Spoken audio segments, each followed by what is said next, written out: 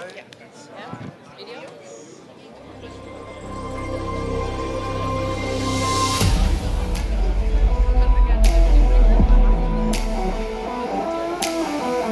more than ever, innovative technologies are fueling change and sparking new ways of thinking.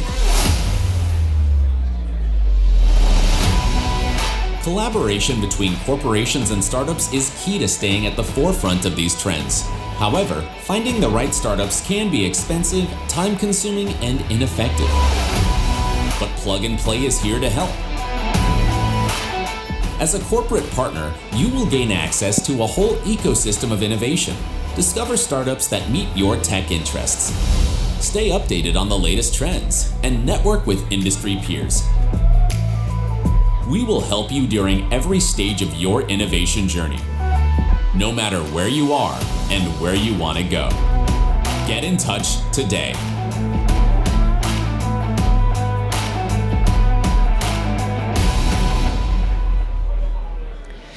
Happy afternoon, everybody. It looks much more fuller than 10 minutes ago. Good to have you all here. Innovate, inspire, change. This is the reason we are here today. You have the possibility on 3 stages to get inspired, to talk to other ones, to start collaborating and looking at collaborations of startup and corporations, and then change. All of us are change maker. We can change something in our business world, in our life, and for this we're here to inspire you. You just arrived at the cross-industry stage. We are not the startup stage, because I got this question a few times, and we have a lot of different topics around sustainable transportation. We go through open innovation. We will look at software-defined vehicles, and so on. But maybe to quickly start who I am, my name is Hannah. I'm part of the Plug and Play team. I honestly have to say Startup Autobahn is a big part of my heart. I had a chance to do like 5 years actually this beautiful expos, the program working with the startups and the corporations, and now actually working cross-industry with 60 locations at Plug and Play to support companies to get inspired for innovation, to start their journey with innovation strategy capabilities until really POC management and entrepreneurship. However, my role today is to be the MC and to bring you amazing, inspirational keynotes, panels, and so on stage. But maybe quickly, because we have here the Plug and Play stage. So you're not only looking at the Startup Autobahn projects, we're deep diving in different offices. And I think some people from you went maybe to the opening from Said, but Plug and Play started in Silicon Valley. One of our first international offices was here in Stuttgart, but now we grow with over 60 locations from really UK to Uzbekistan to Saudi to Munich and we will bring you some of the context and input actually to this stage. With this, quick question. Who's the first time at the Expo in Stuttgart? Second time? Third time? Fourth time? Fifth? Okay, 6, 7, 8, 9, 10, 11, 12, 13. Okay. I think this is a good journey. We will bring you the next years to the upcoming expos and involve you in the journey. But let's really be here to change, to inspire, and to innovate. Yeah, what is our agenda? Maybe we should have a look in there. Of course, you're always welcome to come and to leave whenever you would like to do. But I would love to see your faces a little bit longer here. So actually, with the opening, we have an open innovation session where we actually talk about strategy to implementation. And the people joining our roundtable before, you will figure out what Star Wars and innovation actually have in common. Then, software-defined vehicle. Together with Luxoft, ST, and High Mobility, we will really look in, okay, how does our future car look like? How does it look right now? And is it maybe a device of the future on the wheels? Or will be the car the same like we know it before? Then, sustainable transportation. I have a good friend, Del, here, who will deep dive with you in different keynotes around maritime, street and air transportation in the sustainable effect. Then we go to Norway. Norway's journey actually in beef dominance. I have to check electrifying the future. We will figure it out later. Then emerging markets. You will actually have a quick intro from Philip from our Munich team. Then we go to Neom and Uzbekistan and seeing what's going on there. At the end, investing, especially in deep tech and hardware. And then we have pitches from the EIT Urban Mobility Accelerator. So not only startups at the startup stage, here as well you have the possibility to deep dive in them. With this, I would say we can actually kick it off with our first session about open innovation. Philip, we already know each other 8 years. You were, let's say, more on my client side. Now you're my boss. So maybe you wanted to kick it off with our open innovation keynote. And don't forget your pointer. Thank you, Hannah. And also welcome from my side. I have the pleasure to not give a fireside chat with myself, but to give you some insights on open innovation best practices, which I derived out of the last 15 years or 17 years working with startups, both as a client, being with Mercedes for many, many years. And if you remember Markus Schäfer's slide when he mentioned like so many 100 projects, a big portion of that was already also done under my supervision.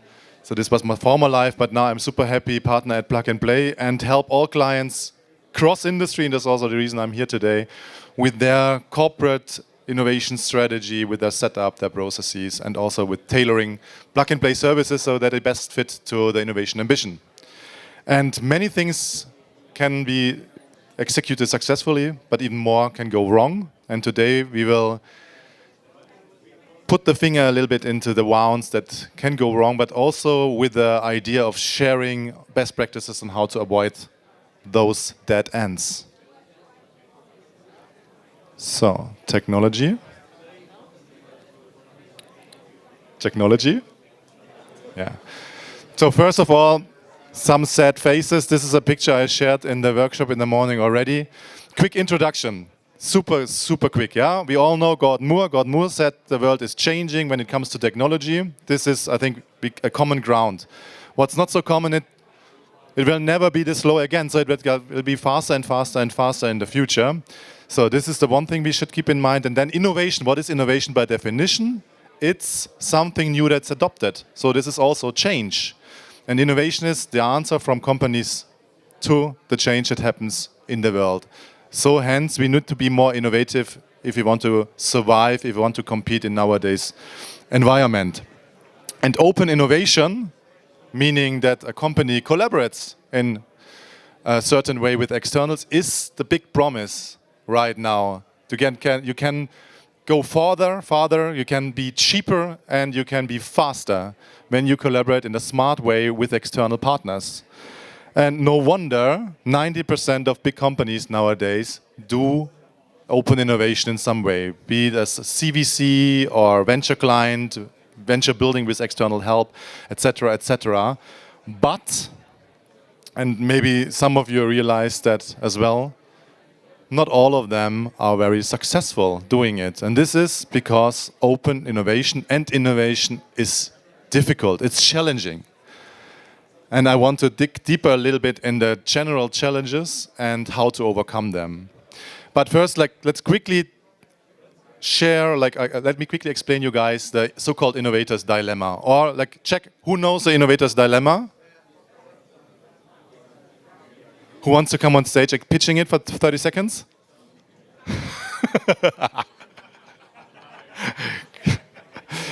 The innovator's dilemma, you all know the core competence of a company, yeah? This is where you're really good at. You build the core competence, yeah? This is a technology, a use case, something you're really good at, either as a cost leader or you have a certain superior service to your clients.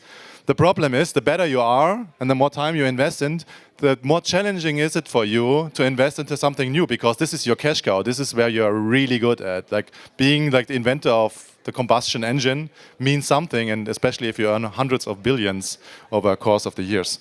So identifying the right moment in time to invest into a new opportunity that is not as mature as your current core competence, while you're still doing very good at where you currently are. That's all what innovation is all about. And this is the reason, like, many innovation managers come to us and say, hey, they don't listen to me. They say, no, it's not ready yet. We are still doing good. There's no need to change. Yeah, but when they are here, it's obvious, but also it's too late. This is the reason many companies at the end struggle. So this was the innovator's dilemma. Check it up. It's a cool concept. More importantly, there are things you can work on as innovation managers, as being a C-suite, as a CTO, to at least mitigate the risk of losing like the right moment, of missing the right moment to change. And by the way, this is not only like the major things. This is like a little process in your production, some logistic concepts up to obviously your like main revenue streams. This happens everywhere, and we're talking about hundreds, if not thousands, of S-curve/core competences in your company. What you can do is not only think about your corporate strategy, but also think about your innovation strategy, innovation vision, long-term, mid-term, short-term.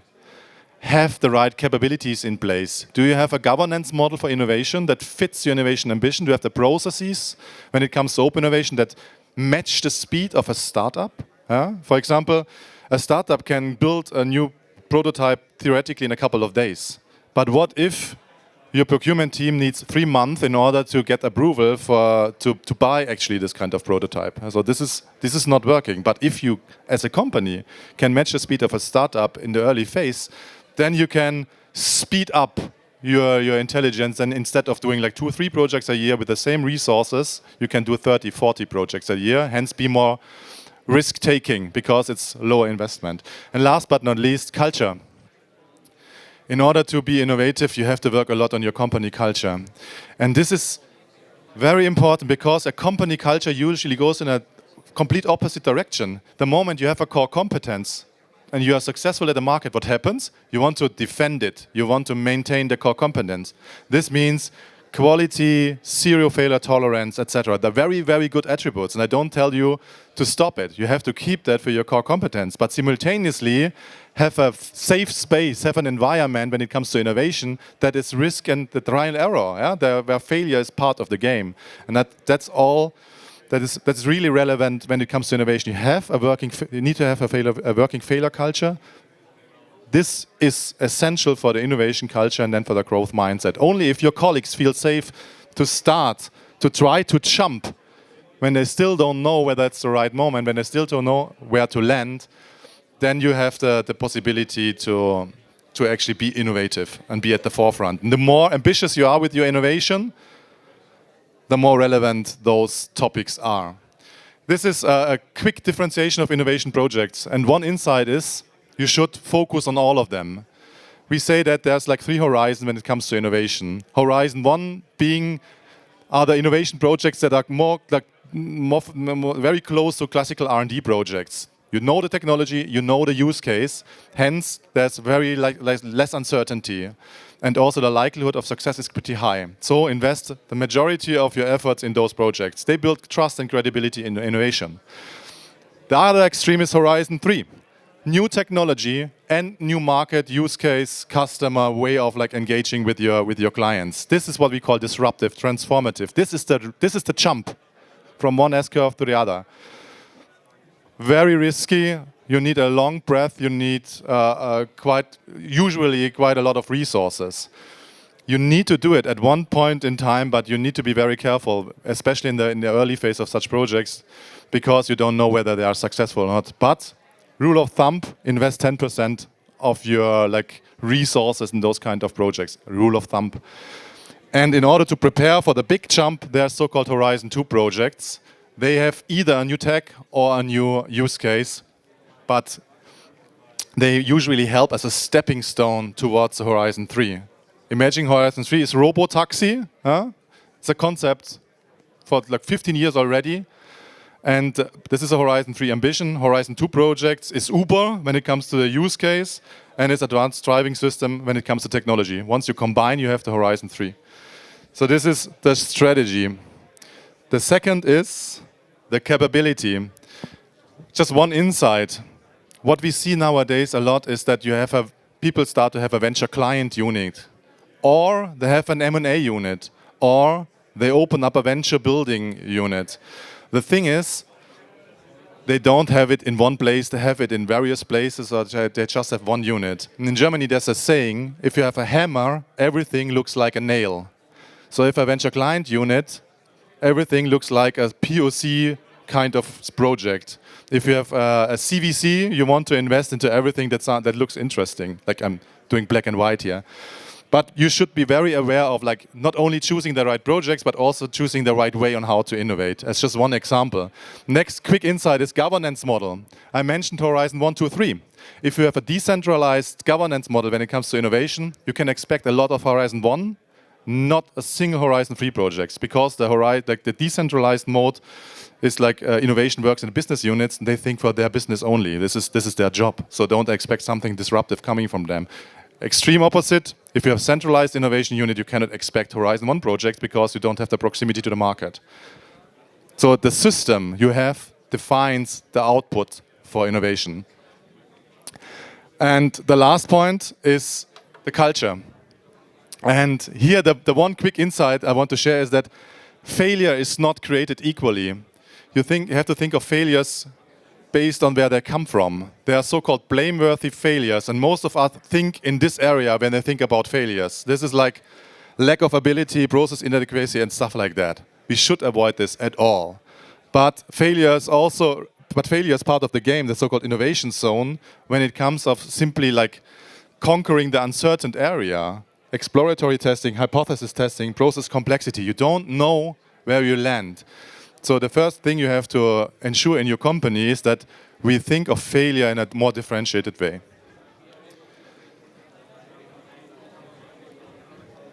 This is my last, I think I'm closing soon. For this, we fly away from Germany, from Stuttgart, because we talk about failure a little bit more precisely. And I love Star Wars. And this is the reason we go to the Death Star. And look to the Death Star from an innovation perspective. And what we see is a super innovative product. Yeah, the Empire built this many years of development, capable of destroying stars. Yeah? I think from a engineering standpoint, wow, very impressive. But you know what happened? Luke Skywalker, X-Wing, trust the Force. He destroyed Death Star with one single, I think, a proton bomb. Okay, long story short, you can imagine what happened behind the scenes after this ultimate failure. No feedback and failure culture, just a blame game. Whose fault was it? And what was the consequence? 3 series later, they built Death Star 2. It was slightly bigger and there was like a little shield in it. But again, what happened? Han Solo, Millennium Falcon, they destroyed it again at the end. Long story short, if you don't focus on what goes wrong, nothing innovative will come out next, because the Empire was a huge company. They were market leader in every aspect. They were dominating the galaxy, but they are not able to learn about their failures, and this was resulting at the end in them losing the game. I want to close with a little overview of how we help you not to become the next empire in your industry, but to learn from your failures, build innovation strategy, define the relevant processes when it comes to your innovation, and also leverage the plug-and-play ecosystem when it comes to venture building, venture clienting, and venture capital. We are happy to support you, cross-industry, cross-office. Let's connect and enjoy the next upcoming speaker that Hannah introduced to us in a second. Thank you. Thank you so much, Philip. Maybe we go back from space to Stuttgart and back to actually automotive. But as well, we can learn a lot of space, right? So now for this next session, we will actually look more deeper in the future of automotive, in the future of vehicles. So currently, cars bring us to A to B. Of course, there's already autonomous driving there, but usually we have to have a kind of taking over role. Of course, German highways, we love it, a little bit speed limit. You can just drive fast. But there's a lot of things changing. And last time I was just hearing from somebody, maybe the future of the automotive is actually a device.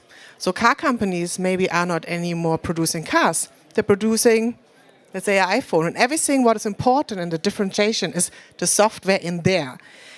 When this will happen, what will be happen, what are like innovation services, what are like safety features, and. We will discover for our next panel for software defined vehicles, so driving in the future. And for this, I would love to actually invite my 3 panelists on stage in a second, because many experts. We have Julia from ST, responsible for communication and marketing. Please come on stage and give her a warm applause. Roger from Aurora Labs. Please give him a warm applause. You guys, I think, showcasing a project here on Expo, right? Great. You should tell us more about this later. And then rounding the round up, Damian from Luxoft, a DXC technology company. Good to have you here. So maybe we can kind of kick it off. So we have 2 microphones, we just have to give it up a little bit around. And I would like to ask you one after each other. And if you feel like you want to add something to my really short introduction, feel free to do as well. So how do you actually right now see the current status for software-defined vehicles, alias what is the most exciting part for you for it? Do you want to start? Sure. So I think when we look at software-defined vehicles, the way I like to put it is that what we see today is just the tip of the iceberg, right? There's a lot of software going into the vehicles today, but they're not yet software-defined, they're more software-driven. What's exciting, though, is really the potential that we see. I mean, if you look at some of the differences between the OEMs, and I know a lot of people, they take a look and say, you know, Tesla's a software-defined vehicle, and to a certain extent, it is because it was built greenfield. The other traditional OEMs are challenged a little bit. How do I update all of the vehicle with the software, and how do I really drive now the feature and the value of the vehicle through software updatability, so that in 10 years from now, I might have a vehicle, you know, I just update the software and I get new features and all that good stuff. So I think there's a lot of opportunity there. There's a lot of challenges. We'll be talking about that. But it's exciting times. Good space to work in. Julia, what do you see on this topic? Well, the software-defined vehicle is very often compared as with the smartphone and named as the smartphone on wheels. And I think here we clearly see that the preferences of the end users are eventually changing. So 10 years or 15 years ago, you bought a car and that was it basically. So you had this car with that specific features that you bought and configured in the car, and that was it. So the software-defined vehicle gives us basically a lot more opportunities in case we changed our mind, or we simply say, okay, for a longer road trip, for instance, I do want to have an autopilot that I usually not necessarily don't use when I have basically a daily commute of 10 kilometers. I don't need it. So here we can clearly see a huge opportunity for the car makers, for the supplier industry, going down to the component provider, but also a huge opportunity for the user to adapt and to modify the car upon his or her preferences that can, of course, change over time. So it's a really great, let's say, upsell opportunity. Like when I need more data on my phone, I just click on a button and it's there. I don't have to change my phone. No, really great. Yeah, now from more Aurora Labs, like from the startup perspective, what do you see currently? I think it's very interesting to see who puts the emphasis on which word. There are some people who say we're building a software platform and we're putting it on a vehicle. So the Teslas and maybe some of the new Chinese ones. Then you see the established car manufacturers are building vehicles and putting a software platform on top of it. And that is where a lot of the differentiation and where the disruption is. Because is it going to be a software-defined vehicle, or is it going to be a vehicle that's software-defined? And I think there's a lot of space to see the difference between the different cultures really in there. Obviously, legacy people, vehicle makers, are now trying to add software on top. I think that is where we're going to see a lot of the innovation, is trying to move it more towards the software. But there's going to be a lot of fighting for that to happen. That's a really good point. Maybe Julia, in your direction, where do you currently see the limitations? Like why we are not there? I think there are a lot of as well show cars and so you can see they are there, but why we not already have the software-defined vehicles? Let's have a look at the smartphone again. So typically when a smartphone manufacturer brings a new model on the market, he puts basically the latest and state-of-the-art technology into that phone. So when we think about translating this to the software-defined vehicle, the car manufacturer, of course, would like to bring the best and latest technology with the most memory and the most computing power into the car. But here we are definitely have the issue that the latest technology is a cost driver. And when we are speaking about the smartphone, we're speaking about quote-unquote moderate cost. But when we're talking about the car, the cost is increasing significantly. So what's the end basically? There is basically the compromise that has to be made to have basically enough from ST point of view, computing power, memory, and having basically the best state of the art, but there has to be this cost compromise because we have to ensure that in 10 years from now, those software-defined vehicles do need have enough of those processing powers and memory to have basically updates. This is the problem here. Same saying, we don't want to change always the car. You should already right now have everything and just change the features on it. Feel free to add something if you want. Yeah, I would actually like to add something. So number one, I think we've been talking a lot about, software-defined vehicle is a mobile phone on wheels, right? And my personal opinion is that comparison is just so completely wrong for many, many reasons, right?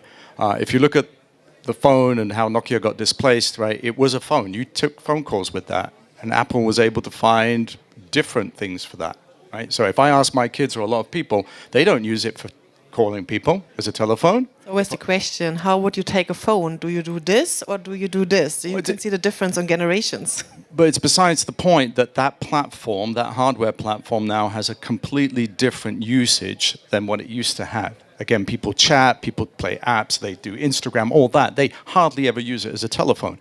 If I look at a vehicle, it gets me from A to B. That is not going to go away. I can do whatever I want to do with software. It's still going to take me from A to B.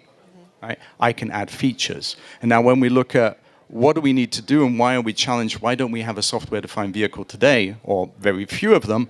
Well, it's quite simple. When we look at the traditional OEMs, they have a lot of history, a lot of baggage.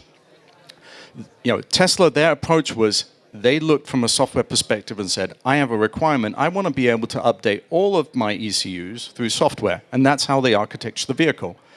Traditional OEMs today, they don't have the breadth to say, I'm going to do that from scratch. So they're doing it bit by bit, which means the underlying software architecture that you would need to put in place is not supported by the hardware. That makes it challenging. We're starting to see the industry change, but it's going to take time.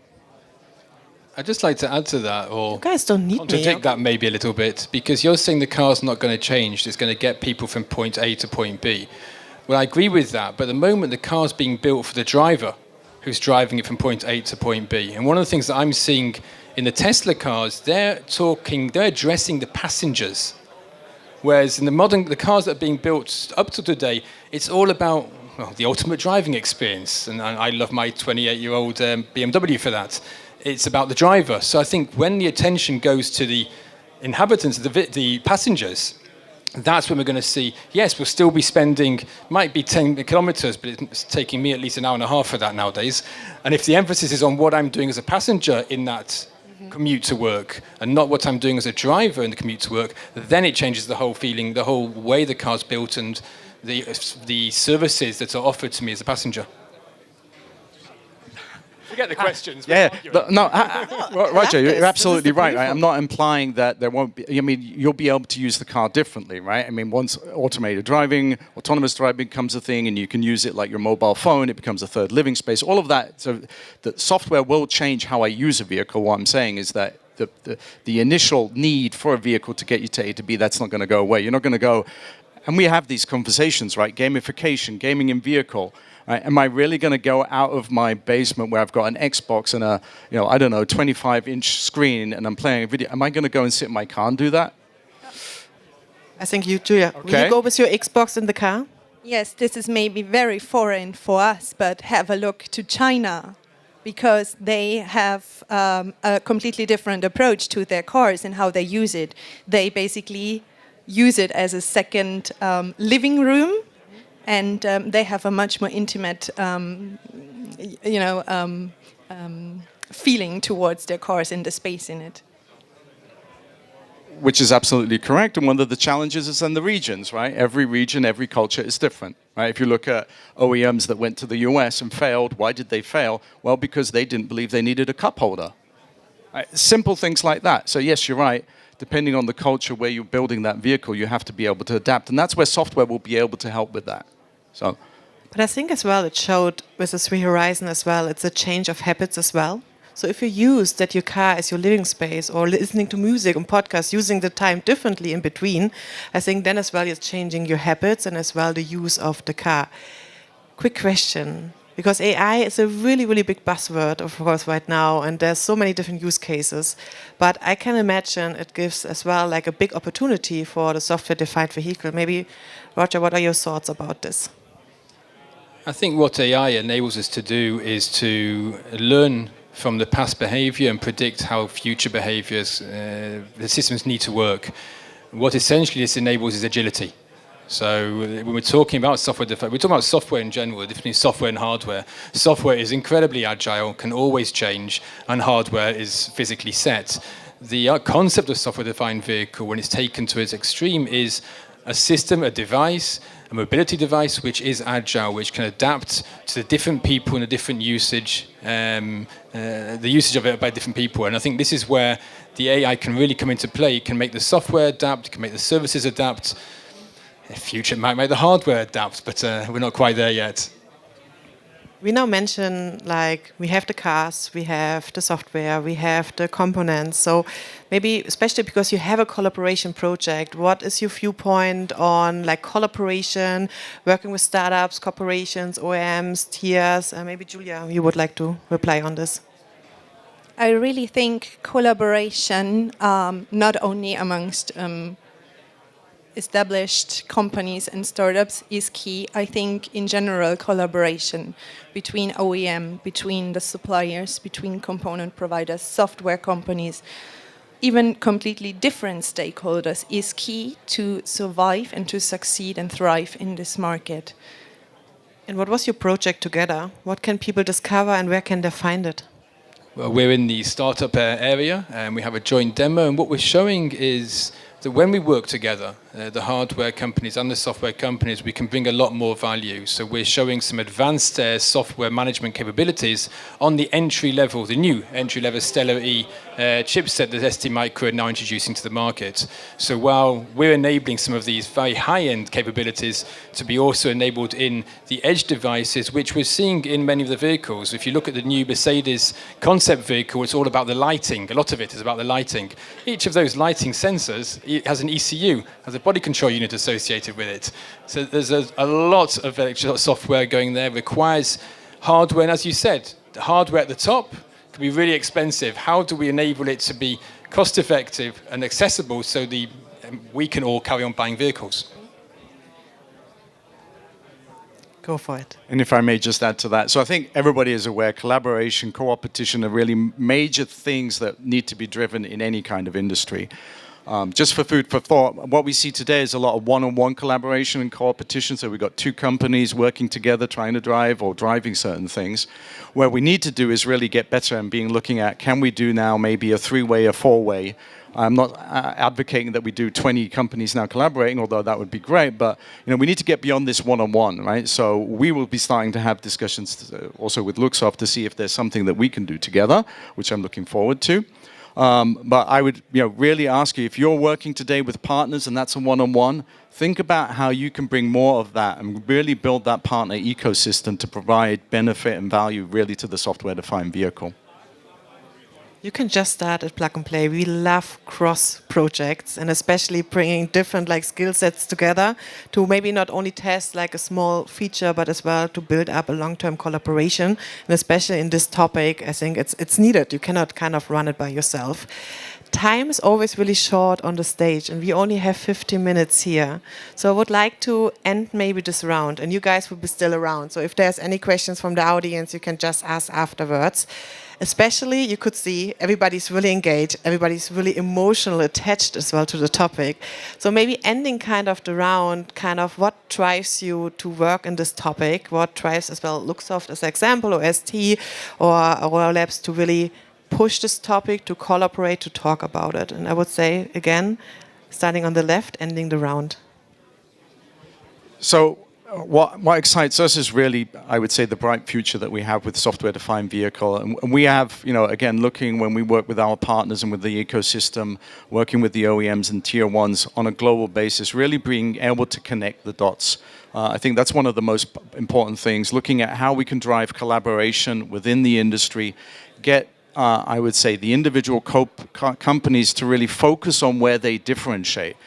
We spend a lot of money on a lot of useless things, right? We could just simply partner with somebody and take it from there and focus on where we differentiate. One of the very key things, and I think we can see more, and we're really looking forward to helping drive that so that organizations can focus on where they differentiate. Thank you so much. Julia, what are you excited about? Okay, so what I'm excited about, this is quite easy. I think it's exciting to see what's possible. It's exciting to be part of in the shaping of this software-defined vehicle. And what I could wish for is basically that I once, in many, many years maybe from now, sit in the car without need to drive, but spending quality time with my family. I totally agree on this. I'm excited about this as well. Finishing the round, Roger, what you are excited about? I'll finish by saying the software-defined vehicle is a platform for innovation. Mm-hmm. And what I would love to see is, as beforehand, I'd like to see the big companies embrace open innovation, as was suggested here, and really take on multiple players that are coming together to create a platform, to create new services and new functionality which can take us all forward. I think the automotive industry is at the cusp of a revolution. It's driving, as you said, in 10 years' time is not going to be the same as it is today. And it will save lives, it will be efficient, it will make better use of our time. So I really see it as a mission, and I'm really happy to be part of it.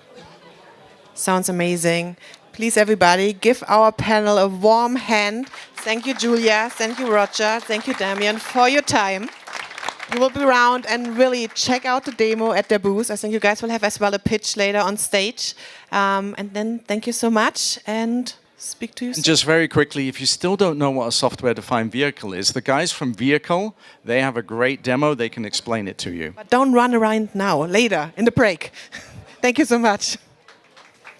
Maybe Anton and some other Plug and Play colleagues can help me to get the chairs down again. This would be amazing. Thank you so much.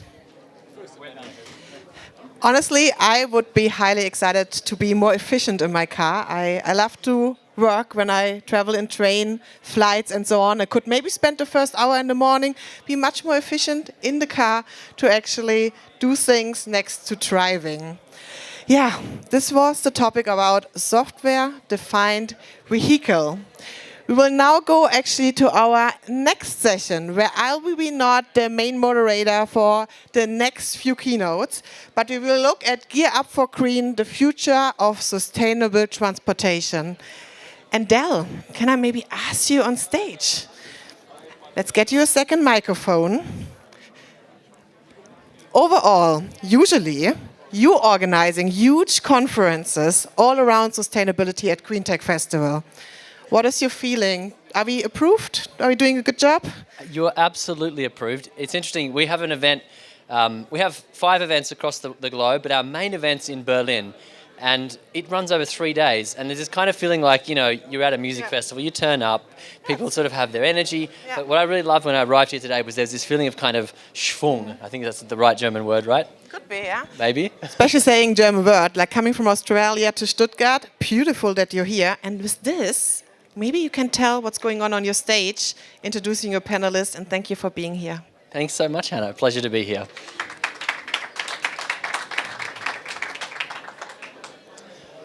Well, thanks very much, everybody. The topic actually of sustainable transport is something that's close to my heart. In the earlier years, I used to actually run the ERR conference and New Mobility World Expo back when the ERR was in Frankfurt.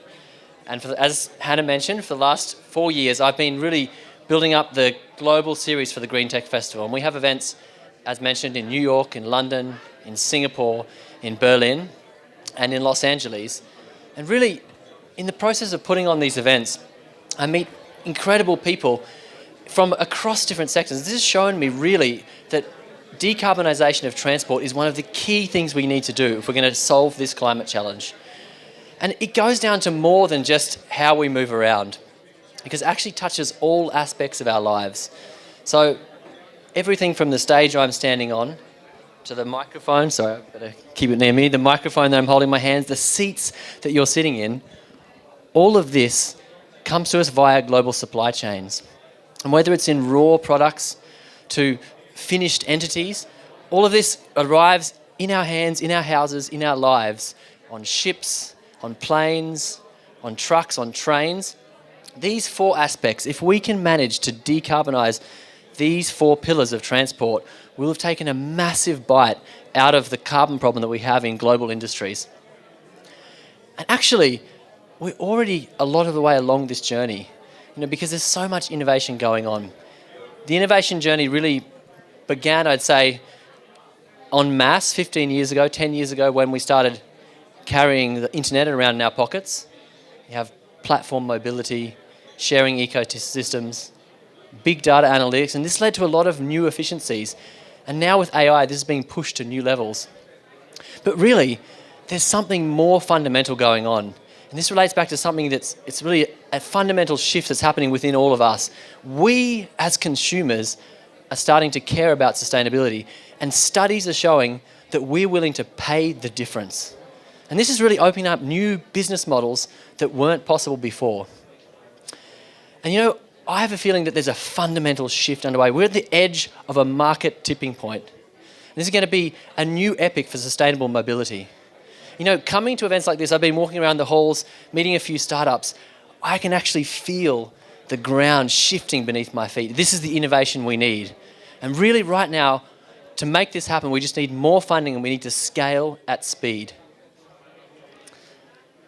Now, I've set up a really positive view, of course, of sustainable transport here, but I have to also bring that crashing down to reality now, because the fact of the matter is, right now, today, where we stand, our emissions are significantly higher from transport than they were 20 years ago, and they're rising every day. It might shock you that 91% of transport still relies on fossil fuels. And this is where, really, I'm sent into a kind of a conflict. I organise these events all around the world. I meet amazing founders with incredible ideas, and we're still polluting more than ever. How can this be possible?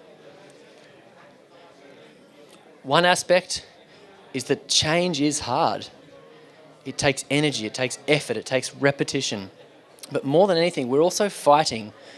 We're fighting against legacy and legacy approaches which support old, outdated business models. And this is a war. We're actually at war. On the one hand, you have the 91%, the old guard, the old business models that are polluting to make a profit. And on the other side, you have new mobility, which is trying to get funding and trying to change the system. This is a revolution, a mobility revolution, and we cannot afford to lose this fight. So for the next 6 or so minutes that I have on stage, I'm not going to hit you with any more statistics, I promise. I want to talk to you about my experience, what I've learned from my travels of putting on these events, sustainability events, all around the world. And what I believe it's going to take, not to just survive the mobility revolution, but to really thrive.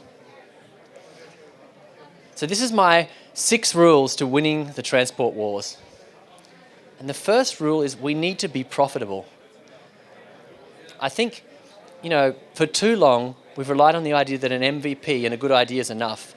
But actually the days of free money, of low interest rates are over. We need to go back to basic business principles. And this means things like a great product at a competitive price, solving real world problems.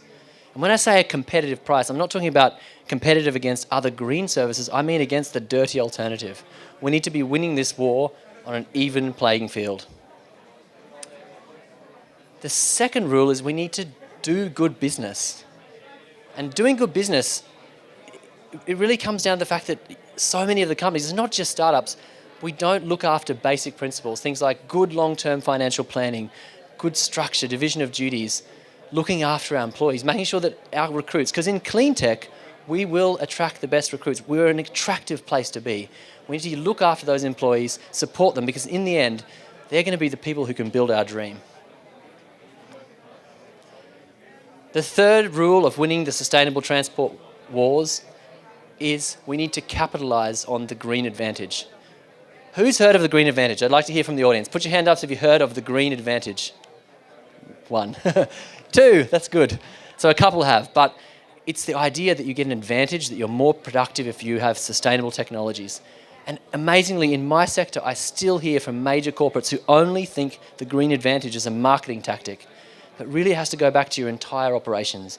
You need to be looking internally at your company, back to those old management guides of whatever your weapon is, Kanban, Lean Six Sigma, TMS, Agile, and squeeze out efficiencies. We need to make green and startups the most efficient, green companies the most efficient, because then we'll be beating the competition. And if you do this, the advantage you get, you will attract the best recruits. You'll get loyal customers. Investors, this is proven through studies, hold your stock for longer and you have less problems with regulations. The next rule is I believe that ecosystems will stand while empires fall. In the old world of commodity markets in the energy sector, it was a dog-eat-dog, zero-sum game, race to the bottom, winner-takes-it-all approach. But in the digital world, that's out of date and it's incredibly inefficient. In the digital world, we want services, customers want services, they want connected value chains. So we can't occupy an entire ecosystem. We have to find that niche that we can do best. And we have to build partners around those strengths that you have and offer customers shared value. And the magic of the ecosystem approach, if you can do this, when times come hard for your company, your partners won't want to see you fail. The fifth rule in winning the transport wars is that we need to dance aggressively with government. There's a reason that every major corporate has lobbyists in every capital city on earth, because they know the power of political influence. And this is the thing. Right now, the political influence is flying in the wrong direction. There was an MIT study that showed that the least effective way to change the system is individual action. The most effective way is to change the rules of the game. And right now, the rules of the game are set up to support that old world, that 91% of fossil fuel-driven mobility. Let me give you a perfect example. Since I started walking around on this stage, chanting at you with my sustainable predict, a shocking 130 million euros of our taxpayer money has flowed into the coffers of big oil and gas projects around the world. Can you imagine if that 13 million a minute was flowing into startup projects like the things I've seen around these halls, how quickly we could fight this change? This has to stop. We need to advocate to government. We need to all band together and make sure that this money is flowing in the right direction towards innovation, towards change. And if it's hard to get to government, then there's another way to win the game as well. It's just to make sure that we are the most competitive. We have to put bad business out of business by doing great business. Let's make clean tech, sustainable transportation the most attractive, the most competitive, the most efficient business that there is, and the competition won't have a chance. Now, that might sound easy when you just say it from the stage, But as I said at the start, change is hard. It's going to take a whole lot of energy, but more than anything, it's going to take a whole lot of belief. I think actually right now we're living in an era of unbelief, and we've got to change this. It's the era of war and conflict, of extremism. It feels like there might be a Trump presidency around the corner. We need hope. We need stories of change. We need stories that inspire. And that's why I think events like this are so important. I love events. I work in the events industry. But we've got an incredible lineup of speakers coming now. And as a segue, I'd like to say that our next set of storytellers are waiting somewhere out here in the audience. So it'd be my pleasure to ask Alex Schword and Monika Michalska, who are from the Plug and Play Ventures team. Please make them a very warm round of applause. They will be telling us about the market trends in sustainable transportation. Thanks very much.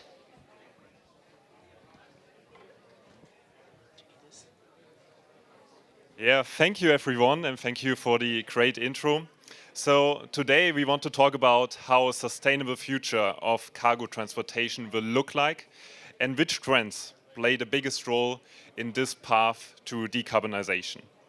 Currently, emissions for transportation in general and logistics account for 1/5 of global CO2 emissions, of which 30% are from road freight and 11% from maritime shipping. In our daily work at Plug and Play, we always see new and, of course, more sustainable technologies emerging. Be it here at Startup Autobahn, focus on the road sector, or in our other global Plug and Play locations that focus on aviation, maritime, or supply chain. Within our trend overview, we will focus on the sectors road, air, and maritime. Each of these areas has different challenges on its path to decarbonization. For example, airplane always require lightweight solutions, be it for batteries or for more sustainable materials. Whereas big cargo ships require huge amounts of power, which then translates into different requirements when it comes to the propulsion system. Our trend report shows some overlapping areas where innovation is taking place. For example, becoming more data-driven to enable a more efficient and more sustainable supply chain. Or autonomous operations. Think of autonomous trucks or autonomous operation within ports. And of course, and probably the biggest overlapping areas, are new and more sustainable propulsion systems. We want to dive now deeper into each of these areas and also focus on some similarities and also differences when it comes to different propulsion systems. And we first want to focus on the road sector with Monika.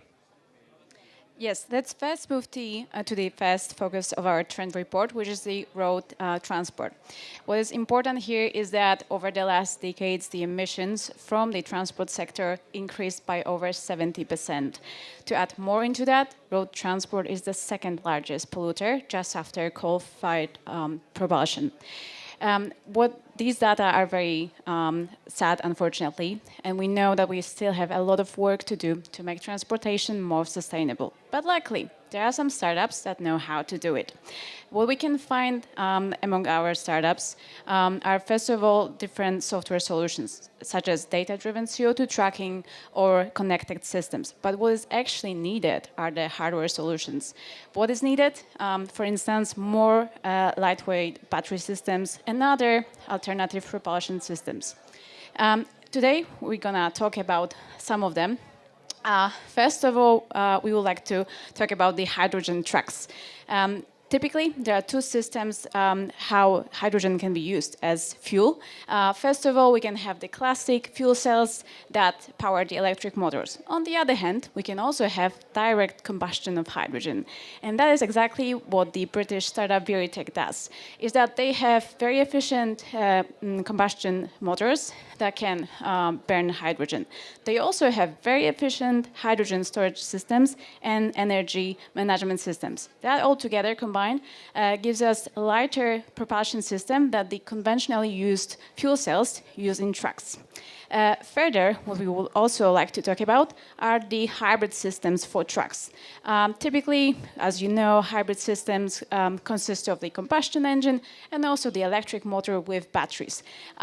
What the Ultra Motors does is that in their trucks, we can find fuel-agnostic combustion engines, meaning that they can burn sustainable fuels such as hydrogen, biomethane, or renewable natural gas. And on top of that, there's also battery systems with electric motors. That combination gives us a range of 1,300 kilometers and a very impressive life cycle of 3 million kilometers. Later, let's now move to the maritime transport. Thank you. So when we look at maritime, we see that maritime shipping currently accounts for almost 3% of all global emissions. Currently, we see that new policies are introduced and also new technologies are emerging to decarbonize maritime shipping. Technologies that play a role for autonomous driving, which you could see in the road sector, also can play a role in the shipping industry to automate ports and thereby save CO2 emissions. And one startup example is Enride, which is also present here at our Expo event today, and is really moving this forward, this adoption.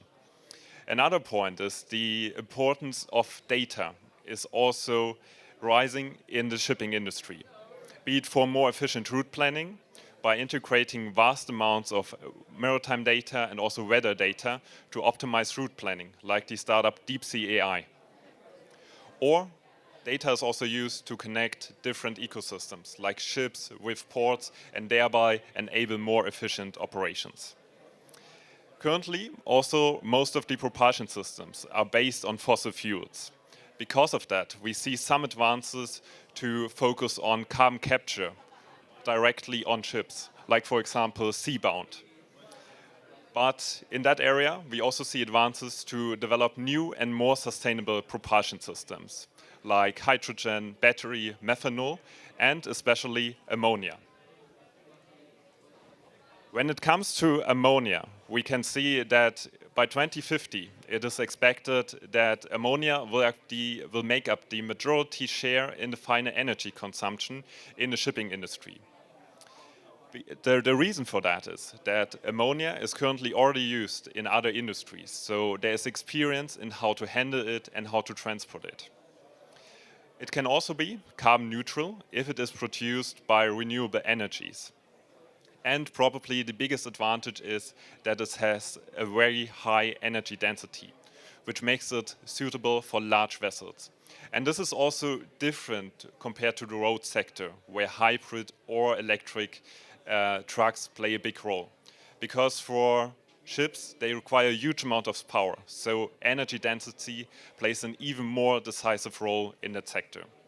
So you can see there's a clear path to decarbonization in the shipping industry, but these new technologies still need to be implemented. And now we want to take a closer look at the aviation sector. Yes, last but not least, we have the air cargo transport. This sector is a bit different than the previous ones, mostly because here we talk way less about ammonia. Specialists still debate whether it does make sense to use ammonia for air transport. Therefore, we have more hydrogen solutions here. What is also important, as previously Alex mentioned, is that we need lightweight solutions. That is not only lightweight materials, but also here specialists debate whether it does make sense to use batteries right now. They also emphasize how important it is to develop sustainable aviation fuel right now, and then at the same time developing batteries, but they still need more time to power huge aircraft. What is also interesting here is that in this sector we can also find some hydrogen propulsion systems. We have a couple of interesting startups. First of all, we have the French startup H3 Dynamics. What is special about them is that they not only work with Airbus, but they also have a holistic system, meaning that their propulsion system that can power drones or aircraft is based on hydrogen, But what they also provide their customers with is the production, the technology to produce green hydrogen at a competitive price of around $1 per kilogram. The holistic approaches like that, they are very meaningful and they can drive the innovation. The other interesting startup that we would like to talk about is Herd Aerospace. That startup, they developed hybrid solutions. So again, we have the combustion part, and then we also have the electric batteries and electric motors. In their case, they are quite advanced in their technology. They focus on smaller aircrafts, around 30 seaters, that can also translate to quite impressive cargo power. And what they say, like typically in that hybrid systems, the combustion engines are used for the takeoff, while the electric power is used during the cruise and landing. And in their case, what they claim is that with that double propulsion system, they can double the range of their aircraft routes, meaning that they can go from Amsterdam to Paris. And yeah, with that, we'd like to thank you for your attention. If you have any questions, please reach out to us or to our colleagues from other locations. We would like to thank you for that, wish you a very interesting rest of the day. And now handing over to Hannah. Great, thanks so much there, Alex and Monica. Next up, we actually have an expert coming from Italy, Luigi Di Piazza. Now, as you come up towards the audience, we'll get you a microphone quickly. I actually have a question for you, and that is, I originally thought you were from Aeroporto di Roma. Are you from ARD Ventures or Aeroporto di Roma? So that's the funny thing. Hey, everybody. So ADR Ventures, let me just go on this. Come over here. Yeah. So ADR Ventures is the corporate venture capital arm of Airports of Rome. So this is a little spoiler for later. About a year ago, we started the fund because we thought that would be the missing piece to our innovation journey. Fantastic. So that's, but we are one and the same. Fantastic. Well, we look forward to your presentation. Thanks so much. Absolutely. Oh. Oh la la. Hello, everybody. My name is Luigi Di Piazza. I am the investment manager of ADR Ventures. ADR Ventures, as mentioned, is the CVC arm of Airports of Rome. We were born about a year ago, and we are the final pillar of what is our innovation journey. In the depths of COVID, when the industry in our business stopped 98% down in a day, no flights, no passengers, no planes taking off, we thought that moment of crisis could have been a moment of opportunity. And that's when we started our journey. We started designing what is now the, this way? I think the clicker is not. A little spoiler. Cool. All right, the innovation journey that we were on, we started about 3 years ago. We started by engaging all the different businesses and find key stakeholders who could really unlock what is the deployment of innovation and solutions within the airport and within the infrastructure. The second thing we did, we created a space for this innovation in our innovation hub within the airport, because we really believe that in order to make an impact and a change on the operations, we had to have people come live and breathe the ecosystem. And third, we started a program, an innovation program where we reached more or less 900 proposals over the past 3 years, 600 plus companies, and 2 of which became part of the portfolio of ADR Ventures. ADR Ventures is really focused on investing in companies that are innovating in aerospace, in robotics, and in climate, because we do realize that we're part of a larger ecosystem. We ourselves are on a journey of our own decarbonization. We'll be net zero before 2030. We're opening this year our solar farm. But again, we realize we're just a part. We're a middleman.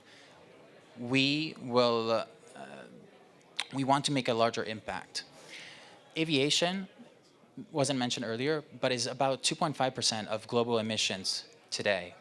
And these emissions are incredibly hard to abate because aviation is an industry that focuses on safety more than anything. If it's not broken, don't fix it.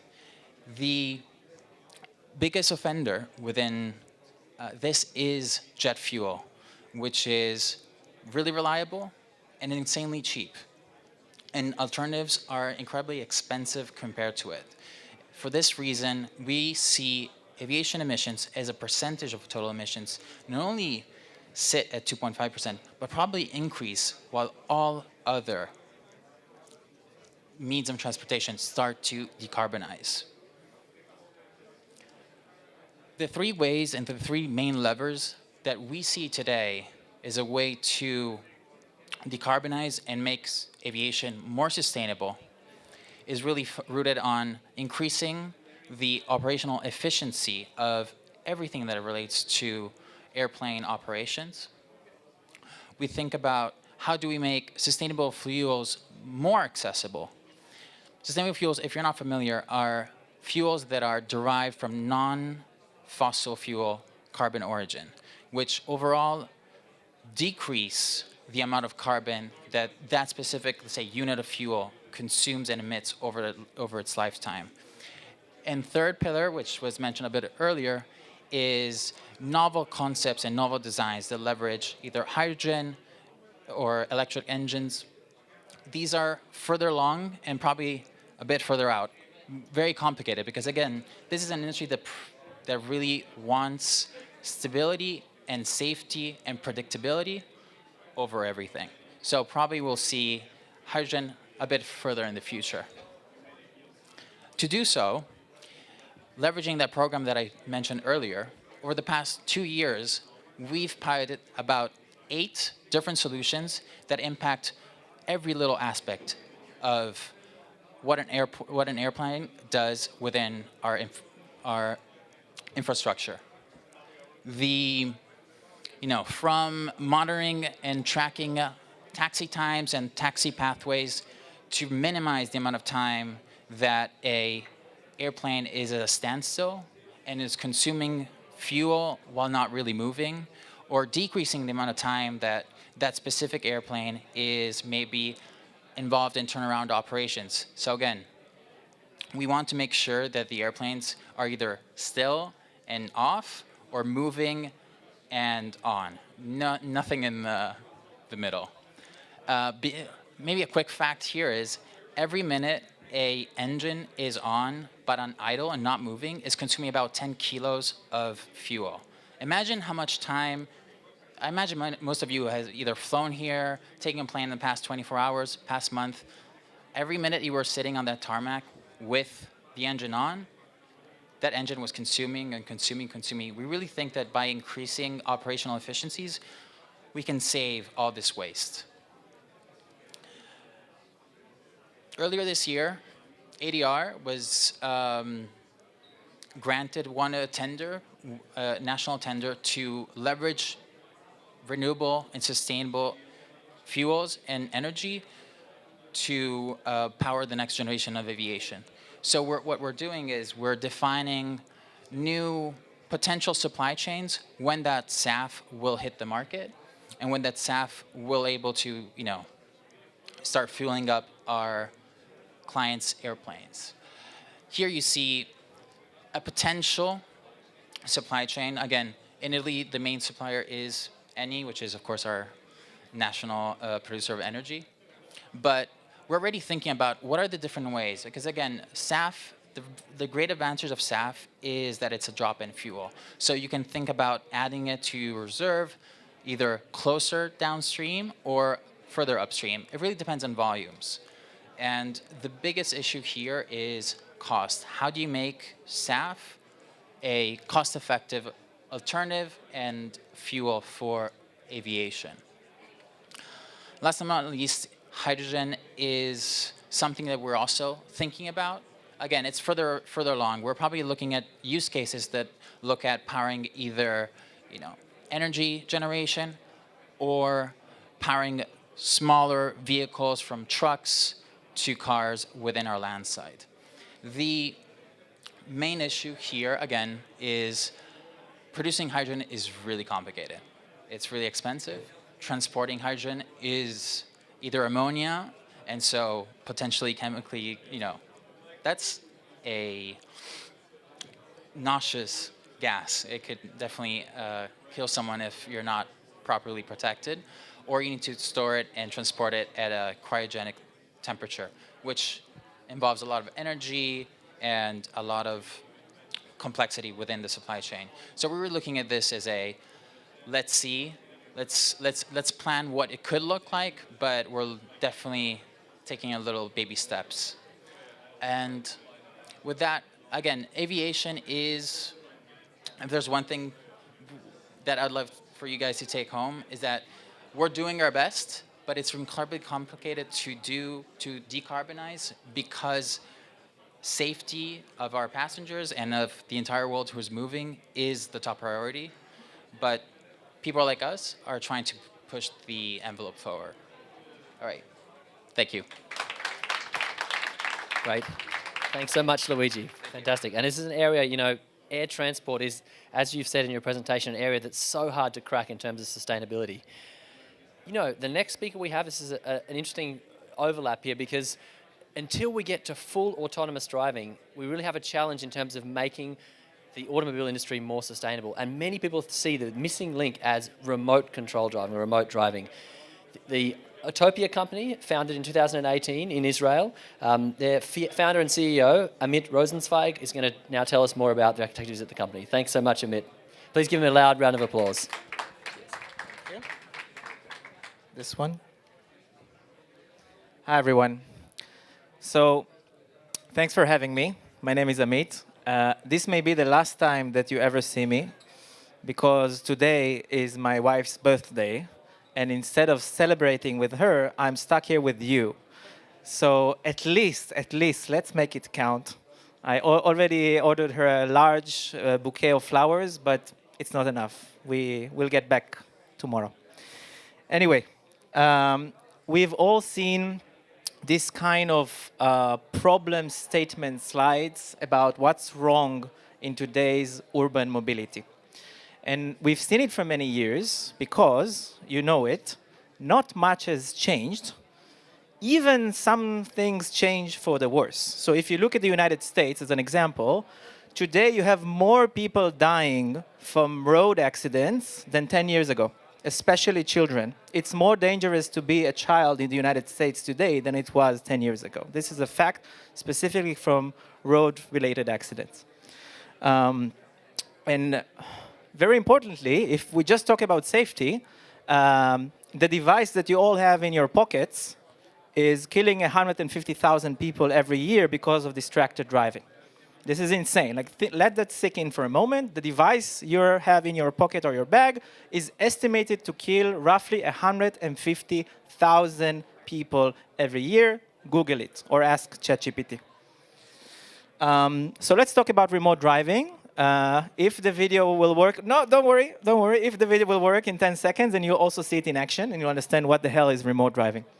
For us and the OEMs, the car makers, remote driving is a bridge to full autonomy. Why is that? Unfortunately for all of us, and all those people getting killed, we do not have full, reliable self-driving in your car that can drive in any street, in any city, doesn't matter in which continent you live. And worse than that, if you ask the CTOs of car makers behind closed doors, they will tell you, yeah, it's many years, more than we will admit.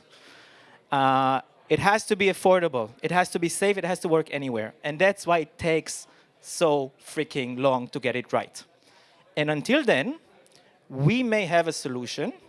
We as a company and we as humanity, we may have a solution that can bring you many benefits, including the safety, in your car, which is an alternative approach to the full AI approach. So if you want to see it, I apologize if you've already seen it in the morning, because it's my second time on this stage. Let's see if the video works. Until it does. Oh.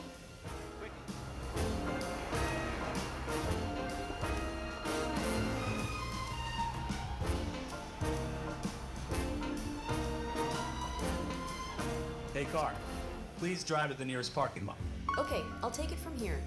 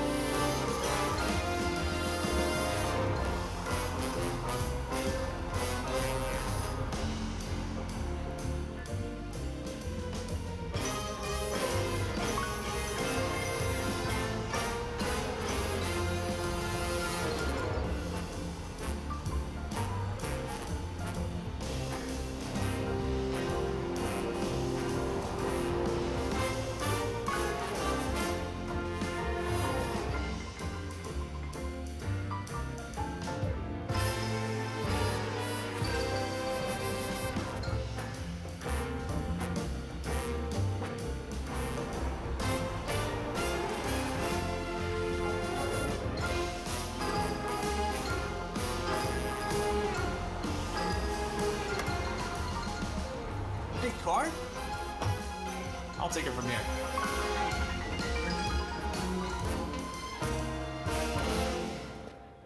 Yes, thank you, thank you. In case you're wondering, yes, it is real. Yes, the vehicle is empty. Yes, it's being remotely driven in Soho, New York. How is that possible? The clicker. First, you need the clicker. I thought it will work with the power of the mind, but not yet. Wait, before how is it possible, there is one more important slide. Basically, in your car, all the promises that were made about the amazing benefits of self-driving can be and will be fulfilled in the foreseeable future with remote driving. Because whether it's the use case we've seen right now, parking, you don't even have to be in the car. You can just leave the car, go on to your business, and somebody else will be looking for parking for half an hour, 20 minutes, whatever. Whether it's maintenance, I hate going to the garage. I'm the first one to admit I'm not taking care of my car, okay? It's just not in my list of top priorities. I apologize, we're in an auto tech conference. I'm not going enough to the garage, I missed the schedule. Maintenance, fueling, charging, all the things you don't want to do with your car, somebody else will do it for you with a click of a button, okay? The subscription is a subscription model launched by OEMs in your vehicle. And this is very important to understand. We're not talking about a small fleet of like smart transportation robotaxis. We're talking about 80 million cars that are sold every year. Okay? Out of those, we do need the ones that actually have cameras in them and have connectivity in them. So it may not be all the 80 million, but more the high-end models. But it's dozens of millions of cars that have the remote driving inside of them. Okay? And we're already working with a few OEMs about those kind of programs. How is that even possible? So over the last 6 years, since the company was founded, we have developed 5 main technologies, and these are the pillars on which remote driving on public streets is made possible. We have 9 granted patents and 20 more pending, and today we'll only get a small glimpse of the 3 on the left, the video technology, the network technology, and the user experience, which is critical. So just to give one example, this is a real comparison before and after of how we use artificial intelligence to enhance the video quality. Why? We send bad video in low resolution, like old television quality, in order to save the bitrate.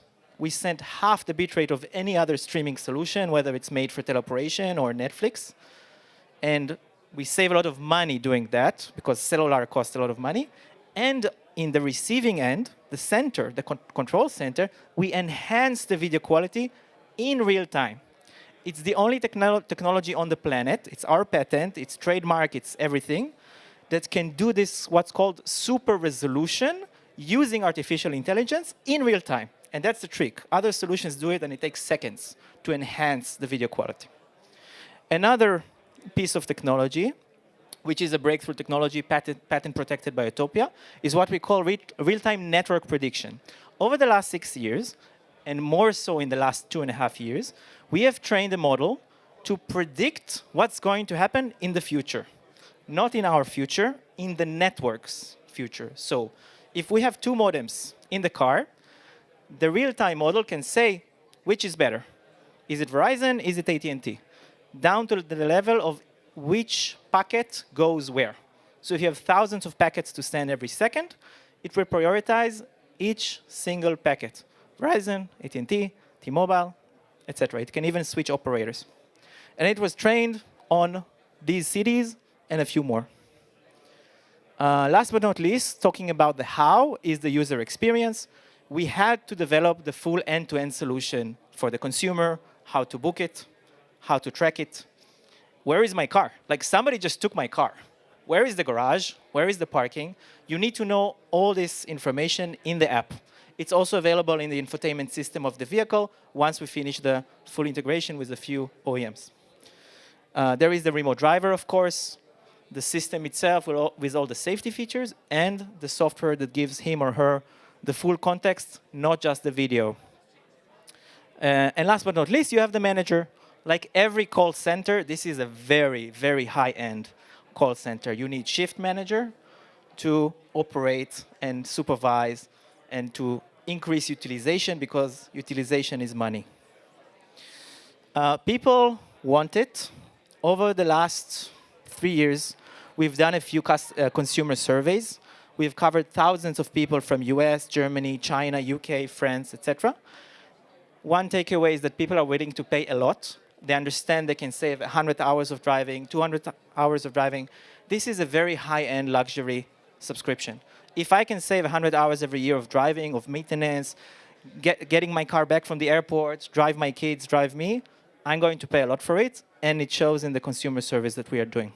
And people want to use it a lot. 40% say they would use it at least on a weekly basis, which is much higher than any other survey that any OEM has done ever, compared to other potential services that they want to offer. If you ask yourself, is this even legal? The answer is, it depends. If you live in one of the 10 states, Alabama, California, Florida, Utah, Texas, it is legal. It is legal today to have your car being remotely driven in the public streets. Some places are in development. Germany, UK, China, the framework is not complete yet. But if we were to go 2 years ago, this map would have been empty, meaning the momentum is very, very fast. And once it's happened in a few states, which already it happened, like Florida, California, it's happening all over because regulation has a tendency to be copied. So 4 years ago, Hannah, can you help me? 4 years ago, long time ago, thank you. It's the second time. So 4 years ago, thank you, we received this award on a concept. It was, admittedly, a proof of concept. Like many awards that are being given, we did a project with T-Systems, and on that stage over there, we were awarded great innovation, amazing. Now, after 4 years of hard work, we are proud to say that the product is finally ready. It's not just 4 years, it's actually since we started, 6. So today we're announcing, literally today, we're announcing a new acceleration program for vehicle OEMs. What does it mean? It has a few components. The bottom line is this. We're ready to integrate with serial production programs we've already started. And if companies that we are currently not working with want to join the car makers that we are already working with, enjoying from the fastest integration that we can provide, which is a major concern for OEM, how fast can you do it? How fast can you integrate my vehicle? Then you're welcome to talk to us. Thank you.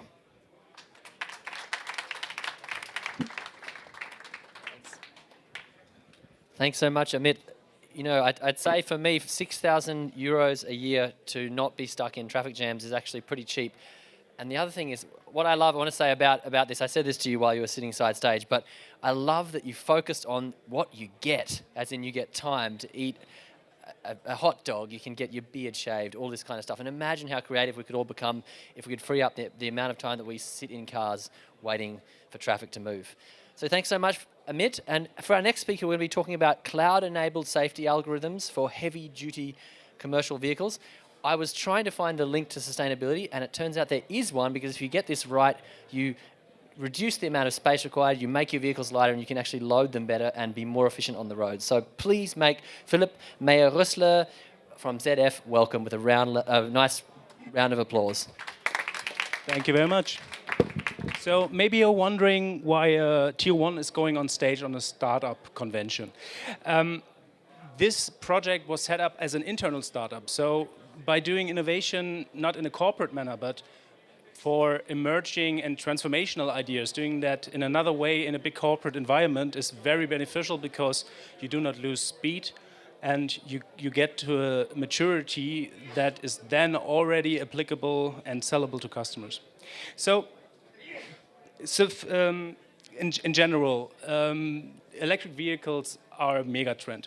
The same holds true for commercial vehicles as well, and the same benefits apply. You can see here on the screen zero local tailpipe emissions, low noise signature, and so forth.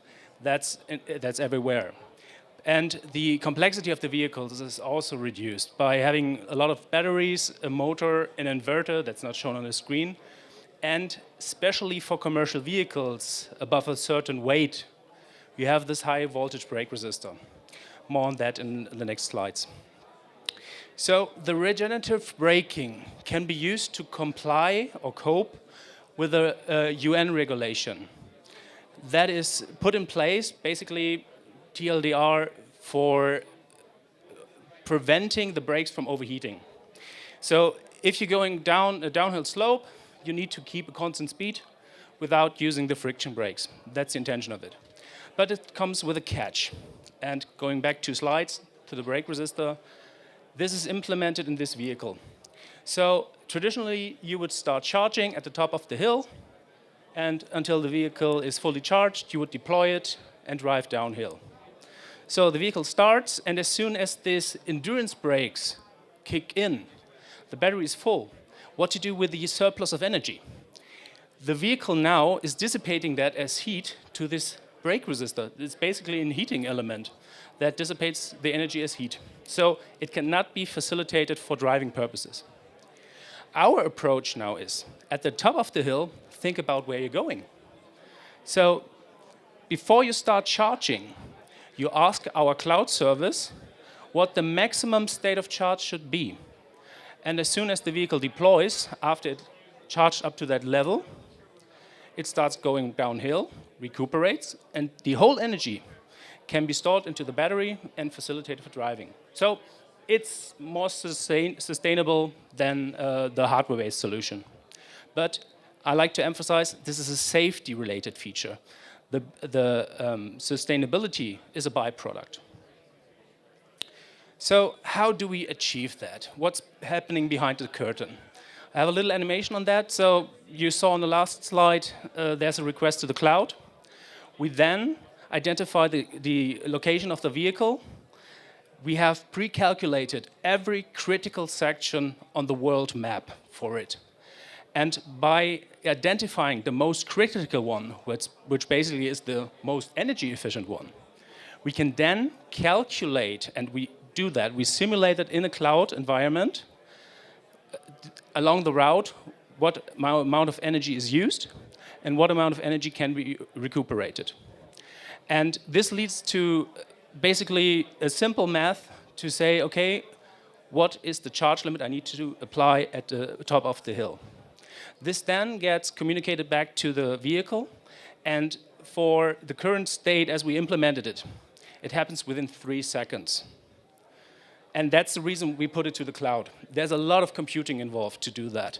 And doing that in a vehicle is not very efficient, and it's costly. So falling back to the cloud, or shifting this functional safety mechanism to the cloud, has the benefit of upscaling. And in addition to that, we already have a green light from the German Federal Ministry of Transportation and Digital and Transportation, the other way around, and from the TÜV Rheinland. So this is not only concept, it's already implemented in the cloud. We achieve that by redundant instances because it is a highly available service. It needs to be a highly available service. It has a tailor-made routing algorithm, so everything in this service is bespoke, and the amount of data that's stored in the cloud can be updated on the go. Additionally, it's based on the vehicle energy consumption tool that manufacturers need to provide their carbon footprint with. So you can kill two birds with one stone here by using the same set of data you need to use for your emissions clearance for brake system homologation. And as you can see on the bottom here, also something I like to emphasize, it's not only for trucks, it's also for buses, so every commercial vehicle above 12 tons. If you like to partner with us using this solution in your vehicle, we have two different implementation models. You can either connect to the ZF cloud, where everything is already implemented and can be addressed, and you would channel the service through your cloud and your telematics. Or, since this is a Docker container, you could also use it in your cloud and get differential updates once in a while. And that basically concludes my presentation here. So the benefits are a more lightweight vehicle with reduced components, so you have more space, more cargo capacity. That could mean people, that could mean goods, and in addition to that, we can be adaptable with the software implementation, so if there's a new road constructed, we update the map material in the cloud without having the need to update the vehicle. And that's also quite interesting because that has never been done before. So we're doing pioneering work, putting a functional safety-related service from the vehicle into a cloud environment. Yeah, thank you very much. Thanks so much, Philip. Are there any questions? I think I'm quicker yeah, than you're welcome to have a question, yeah. Does anyone have questions from the audience? Okay. I have a question for you then, seeing you would like a question.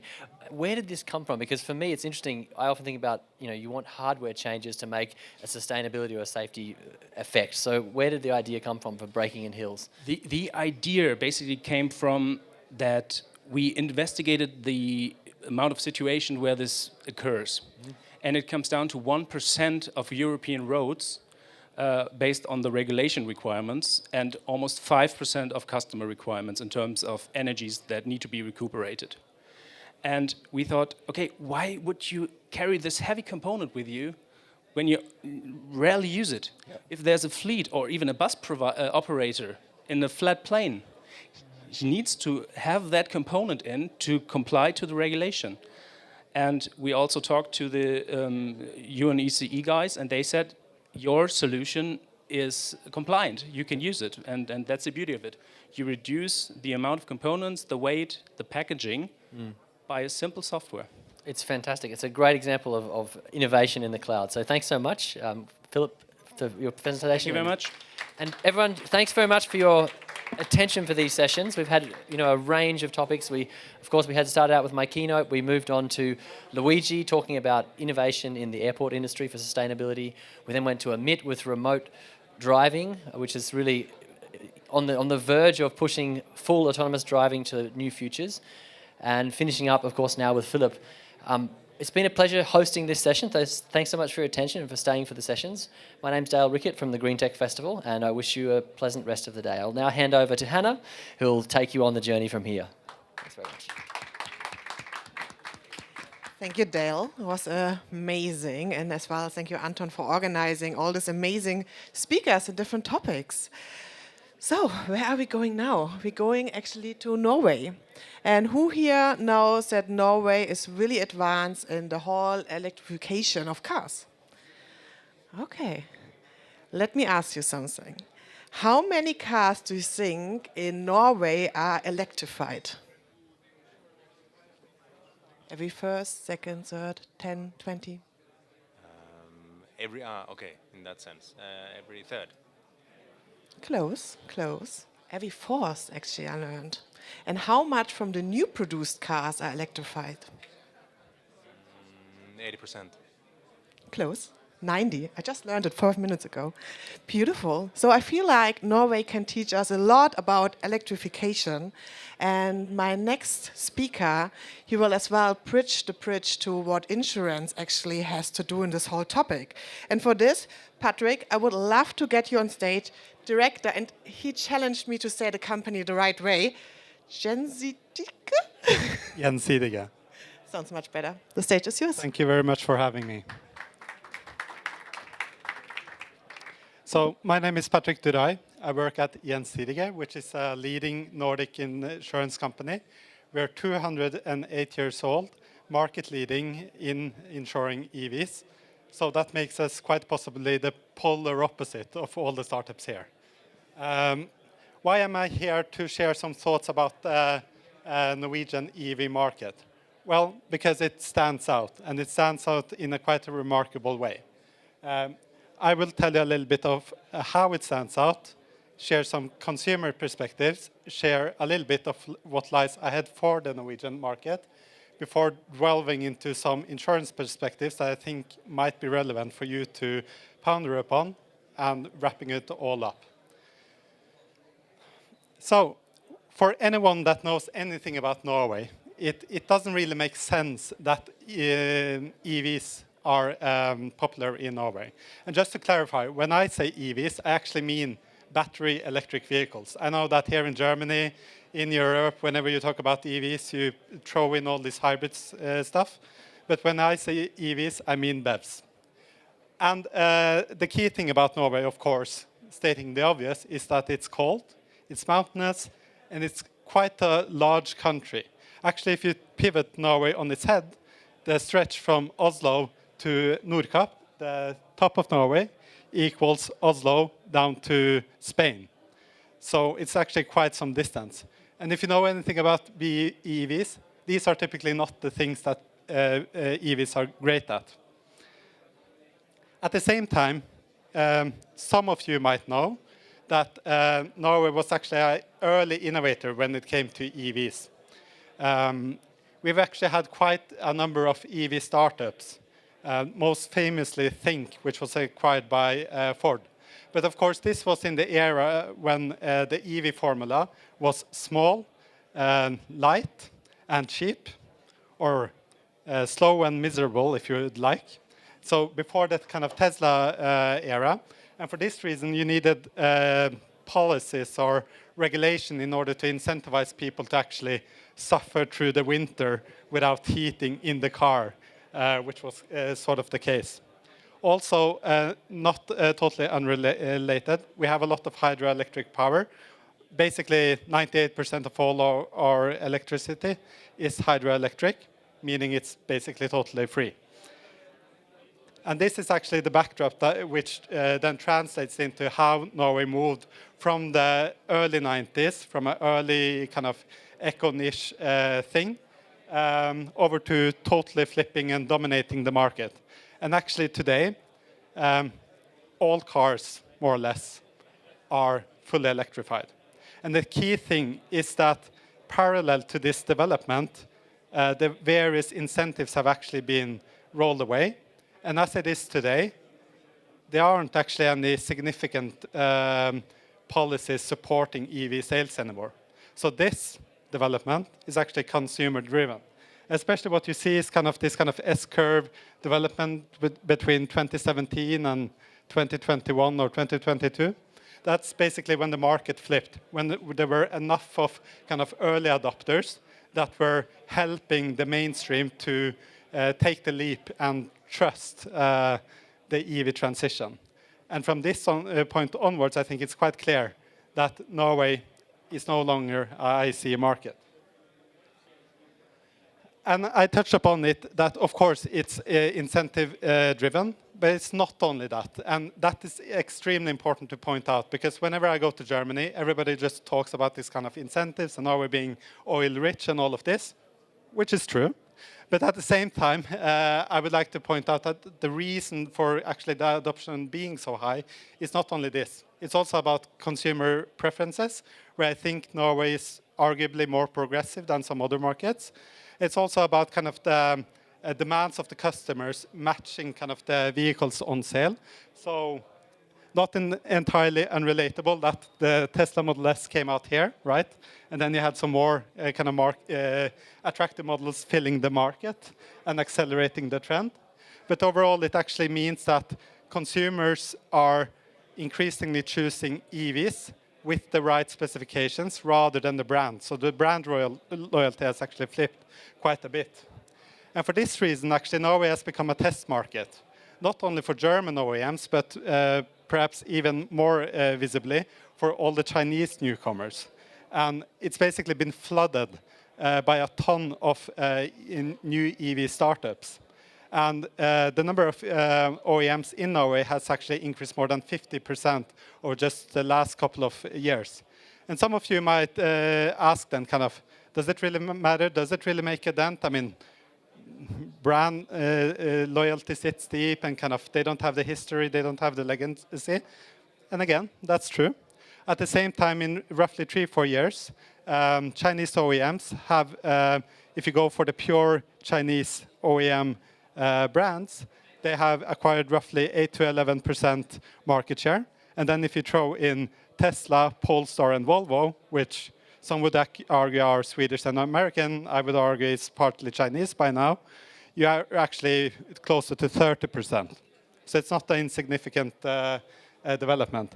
And of course, there's some disparities, as I was hinting.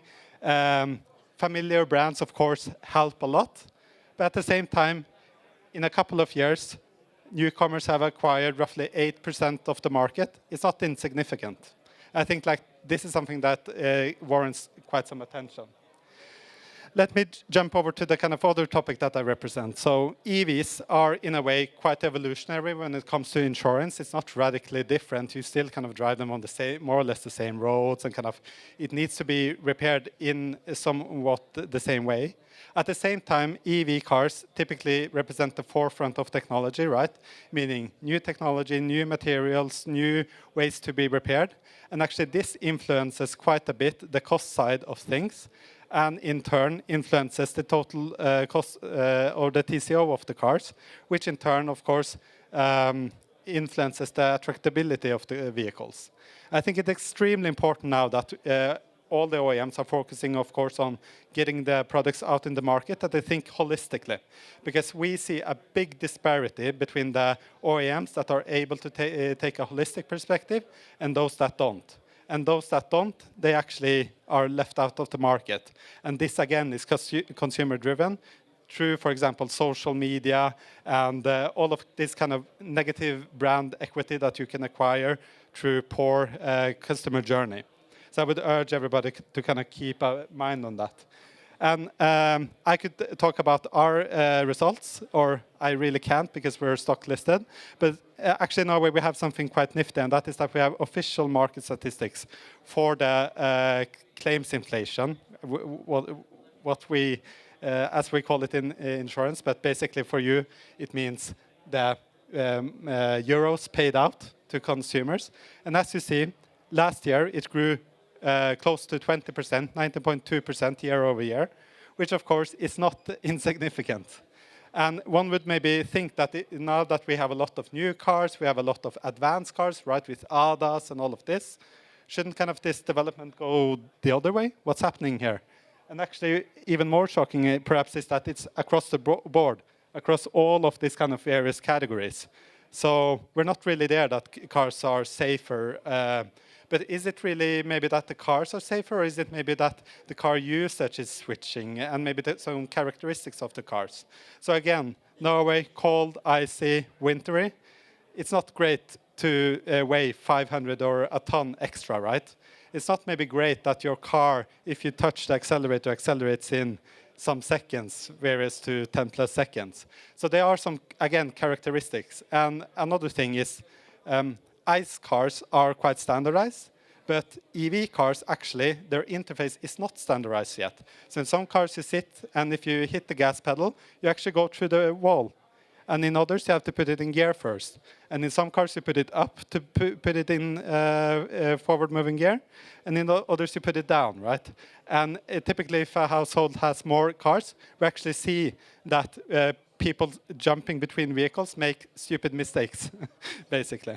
So again, I urging everybody to maybe think about how the kind of intuitive feel of a silent moving vehicle is. After all, a silent moving vehicle of 2.5 tons that can maybe accelerate in 0 to 100 in 3-4 seconds, right? So the kind of from the insurance standpoint, the overarching question, of course, is whenever you have changes in the kind of car design, you have changes in the users that typically use these cars and the usage patterns that they are using them with, do you then get a change in risk? That is, can you predict their behavior in the same way?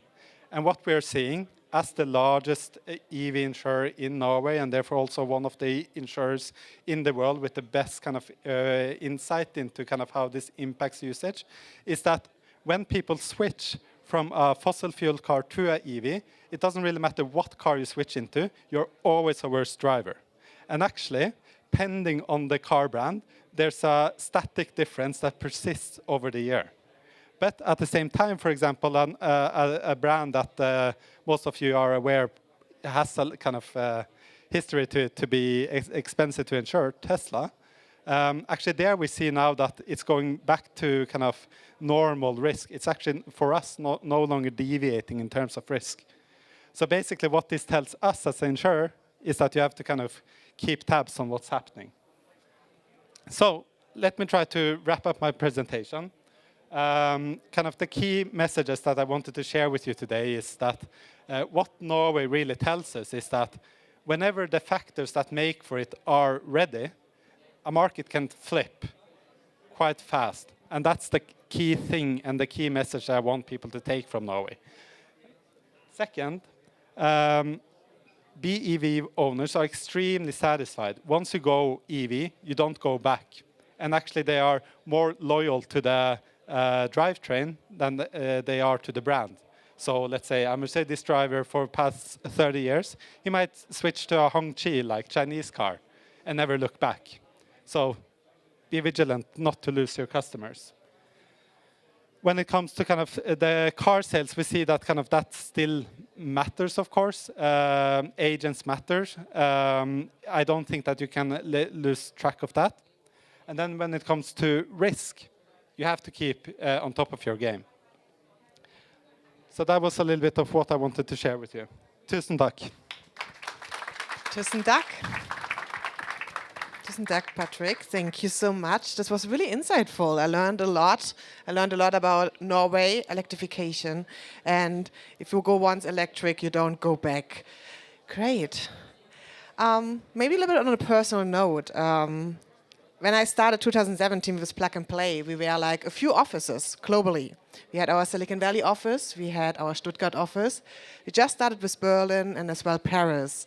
And mentioning on the beginning already, we have now over 60 locations globally working in totally different constructions, sometimes with governance, with corporates, with startups, and at the end, not everything fits all. So you cannot really copy-paste a format, what works in Stuttgart, to a different location, because the ecosystem is different, the corporations are different, the startup ecosystem is different. And for this, I'm really, really happy to see that I have so many amazing colleagues who are doing individual programs fitting to the needs on a certain region.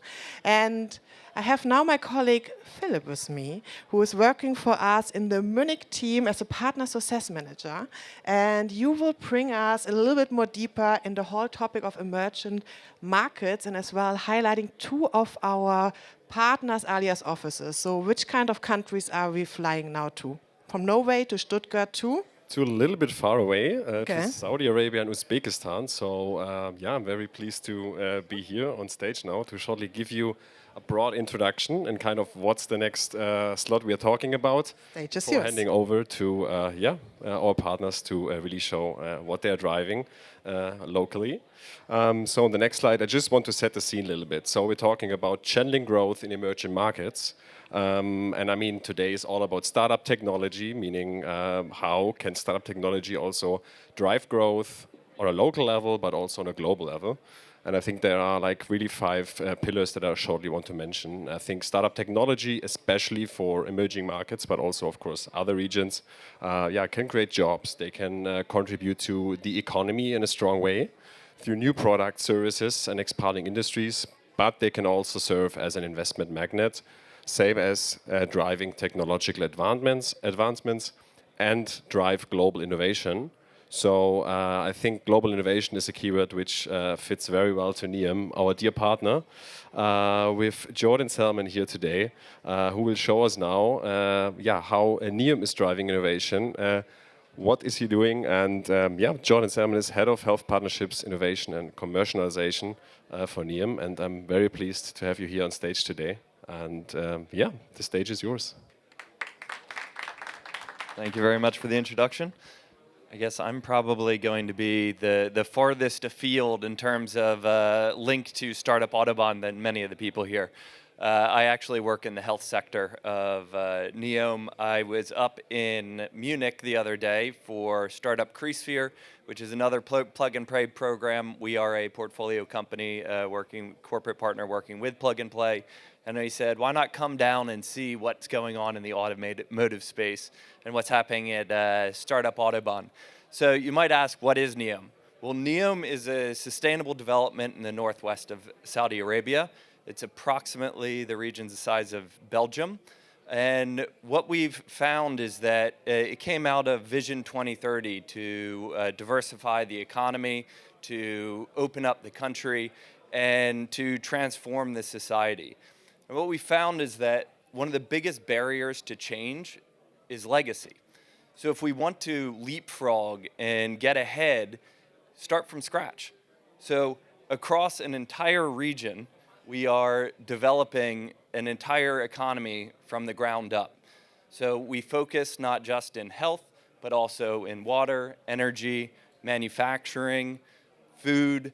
Automotive is included in the mobility, land mobility, air mobility. So across all areas of society, we're saying, how can we do things differently? And how can we learn from each other to actually do things in a new way?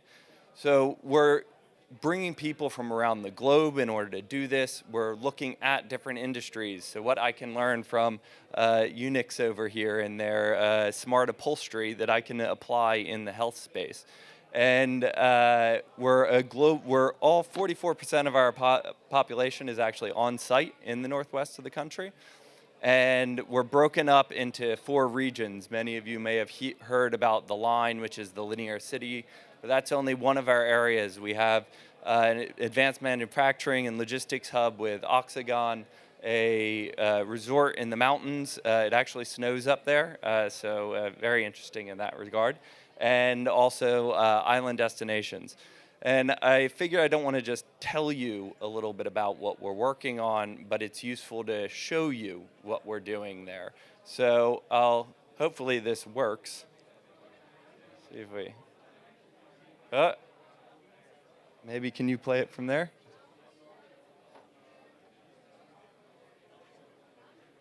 You get the volume? Is accelerating human progress. A new future is coming. This broad Saudi project for the world is progressing fast. 140,000 construction workers on site. Significant infrastructure already complete.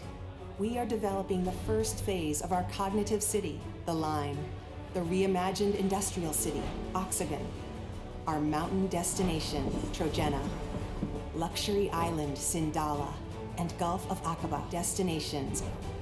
A new future is emerging through 14 legacy-free sectors. In London and New York, NEOM offices opened to create global partner and investor opportunities. More than 100 nationalities are represented in NEOM's diverse workforce, which has grown 50% over the last year. NEOM is helping to develop game-changing innovations such as cell-cultured seafood, autonomous cars, electric sea gliders, and self-service e-gates at Neom Bay Airport. NEOM Investment Fund launched. Its focus is on pioneering companies. Next-gen industries developing joint ventures and partnerships with multinationals and institutional investors. Our food sector company, Topian, is live.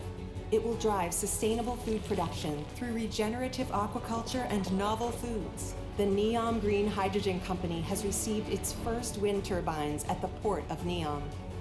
Momentum is building across sports too. Partnerships with the Neom McLaren Formula E racing team and India's premier T20 cricket team, the Rajasthan Royals. International athletes competing at the 3rd Neom Beach Games and Neom Sports Club football team in the Saudi First Division. Major film and TV productions are being made here. Tomb Raider film director Simon West is making the epic feature Antara against the backdrop of our dramatic landscapes. Trojena has partnered with Ritz-Carlton Reserve as well as Raffles Hotels and Resorts.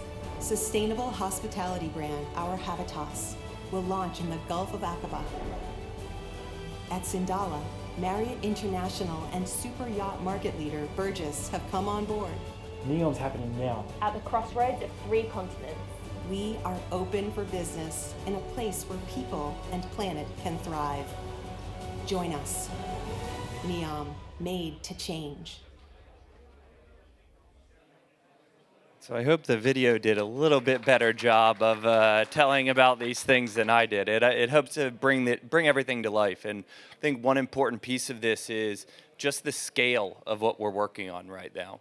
The Public Investment Fund of Saudi Arabia put forward $500 billion as our seed capital to get things started off.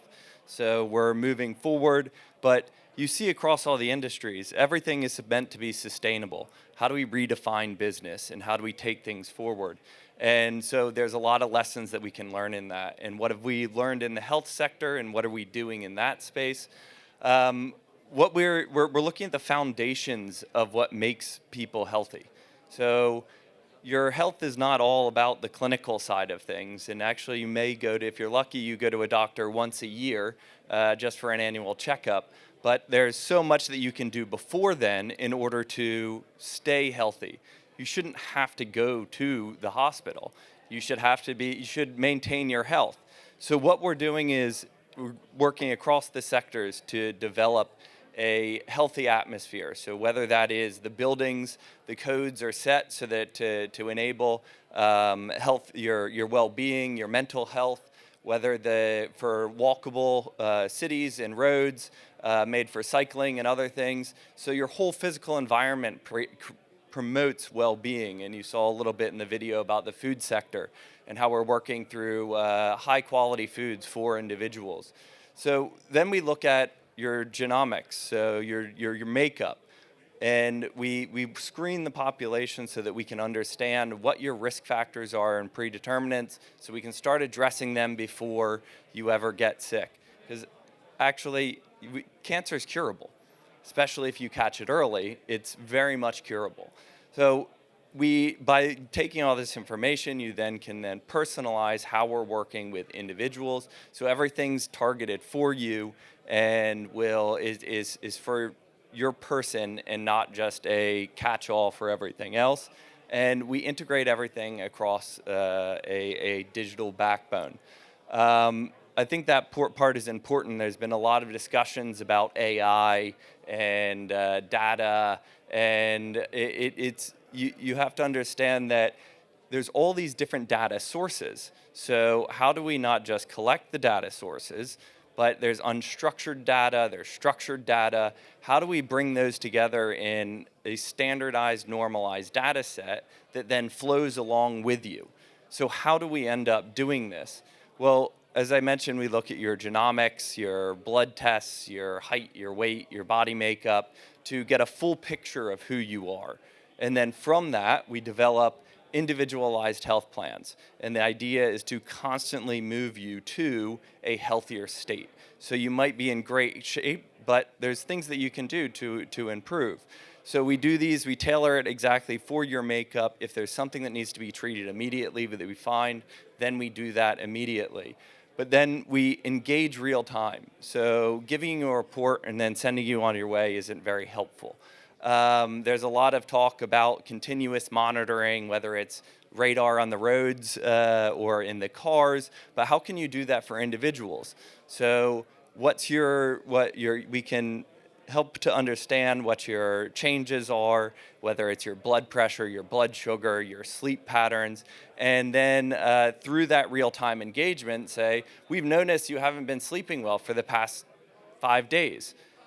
Is there something that's been bothering you? Oh, I've been a little more stressed at work. And you can look at the levels and find out if you need to do something or not. And as simple as the Apple Watches actually can tell you if you're about to have a heart attack. So what do you do then? Well, now it's, call 911. What we can do is take that data, the information, know what's been going on with you for the past hour, week, month, that's automatically uploaded into the system so that your clinicians know what was the cause of this, what have your medications been, how can they immediately treat you, so when the ambulance arrives, it has everything in the ambulance ready for you personally to be tailored to you so that when you get in, we can not just treat you quickly, but get you out and get you back at home as fast as possible. And that's the important thing. Keeping you healthy outside of the hospital, what can we do at home, and what can we do on the individual? So it's your health, it's your life, and you're getting healthier day to day. And with that, the other reason we're here is we can't do this together. We can do it together. We can't do it by ourselves, sorry. Ideally, we do this together and we find partners, whether they're startups, they're corporates, it's investors. We're looking for individuals who are interested, whether it's in the health space or it's in the manufacturing space or it's automotive space. We're looking for those companies that would be interested in working with us, that share in that idea of creating a new future, for doing things in a different way, and having the opportunity to build in a legacy-free system, because a lot of things you want to do, but you have regulations or the existing systems that won't allow you to do this. This is your opportunity to shape something new, demonstrate success, and then push that out to the rest of the world. And that's what we're looking to do, developing with the world in NEOM as a living lab to then share back with the world. So hopefully some of you are interested and we can work together to build a new future. Thank you very much.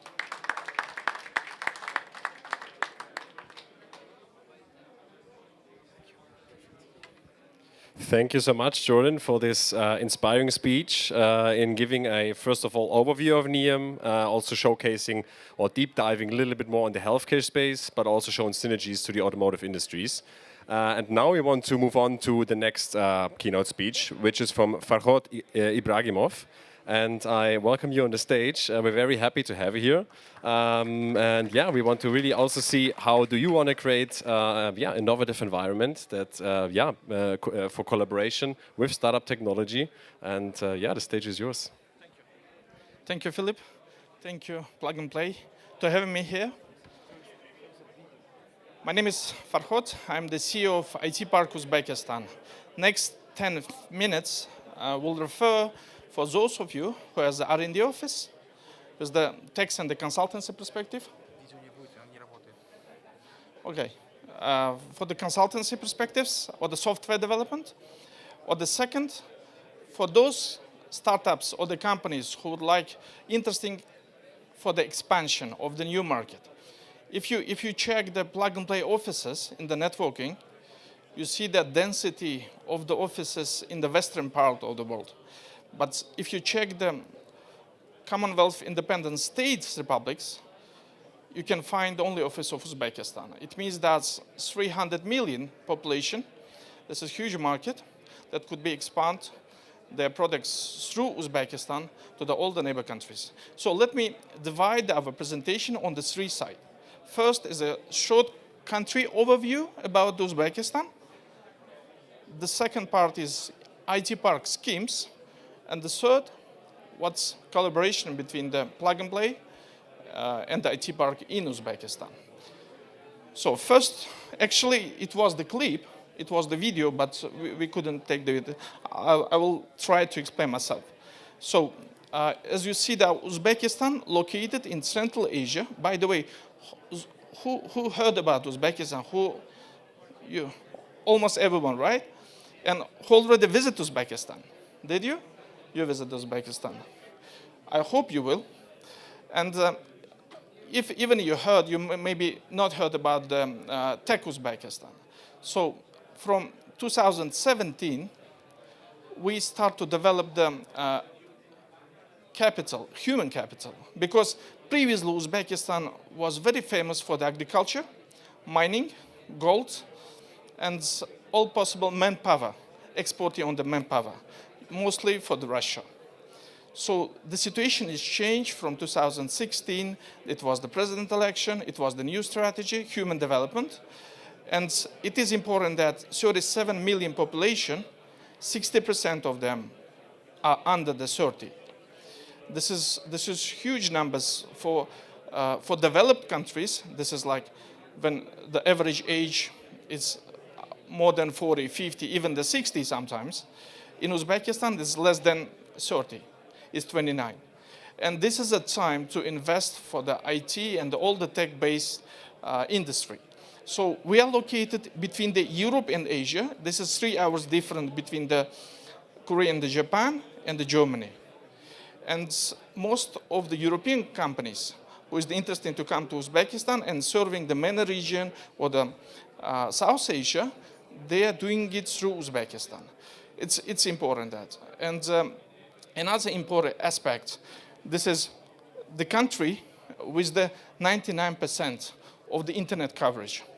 This is the country with, we pay a lot of investment from 2016 to the public schools. In the public schools, you see that we have over than 10,000 public schools, and we have the high-speed broadband internet in each of them. And we changed the classes, starting from the middle school, we changed the classes from the informatics for the software development. It means all the high school graduates, they already had the opportunity to develop the software or to code something. It doesn't mean that everyone become the software developers. And you can see the country with the huge potential. And now it's a lot of the new universities, 65 of them is IT universities we have, and the graduates I see. And important things, we are multilingual population. It's English becoming the second language. Previously it was the Russian, now the English. And you see the Germans, over than 500,000 people are speaking German. It's B2 and plus. Important thing is we are international. So over the 100 nations living in Uzbekistan, this is important then when the Muslims and the Jewish, or the Russian or the Ukrainians, they live in the neighborhood, but with the peaceful, because it was from the history. Uzbekistan is that kind of place where the peacefully, because we are not in any coalition. Could it be in the CIS or in the Western? We are mostly developing the knowledge, the human capacity. So important thing is that our value proposition is there is no tax for the companies. If you will set up the company in Uzbekistan, there is no tax for them. If you can compare with the regular companies, they pay on the white collar, the corporate taxes, the zero social tax, property land tax, VAT, no. This is tax for dividends for 5% and personal income tax. If their services will be exported, that's incentives will work till 2040. I think that's at least 15 years. But for the next one of the projects, you can see we have the 100 years incentives. So, and you don't know Uzbekistan if there is no need to looking for how to set up the company, how to register in all the authorities and the banks open the accounts. IT Park can do on behalf of the company, and 6 to 8 weeks, you will start your operation, including the hiring the talents. Recruitment consultants also providing. Additionally, for the people who don't know about enough information is back Uzbekistan and thinking about the capital expenditures, there is no need to invest. We are not looking for any investment from the money perspectives, because we are ready to compensate all of your capital expenditures when you start your business. It's looking for the office rent for 1 year free, and to provide the furniture, all the technical equipment you need. That will be for free.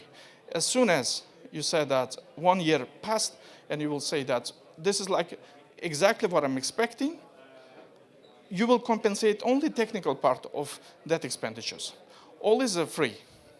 And you can see that for the regional headquarters, previously in the whole the CIS region, Uzbekistan was very famous, and many of the international companies' headquarters were located in Uzbekistan. And we are returning that, and now we are ready also to provide for consultancy companies as well the same tax incentives if they will set up their office in Uzbekistan. Regarding the key indicators, when we start 2017, it was almost no companies, no foreign companies at the time. Nobody believed in trust to Uzbekistan, and sustainably we are developing. We are saying that tax incentives will be till 2028, and we are still having that. And you see how many foreign companies are growing. We always have the 500 foreign companies here, and 700 of them, almost 700 companies from that 2,000 are working for serving the foreign clients, including the Germany. And you can see by the shares by the markets, it's North America, United States, first of all. The majority clients are located there. European Union and the UK is 24%, CIS, MENA, and other regions.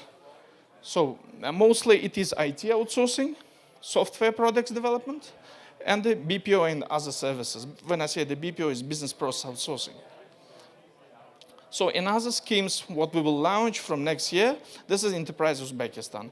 There are special location where the companies can get the incentives according to the international law. We make the English law here, and it will be including the disputes, and resolutions will be solved according to the economic disputes based on the international arbitration.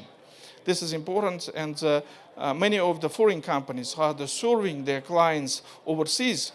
It is including the data protection, cloud systems implementation that could be available in this area. So more additional information will be provided if there will be any additional questions. So what we are doing with Plug and Play, we are founder partner of Plug and Play in Uzbekistan, and we start from 2022. We made 2 acceleration programs already. Now third is going.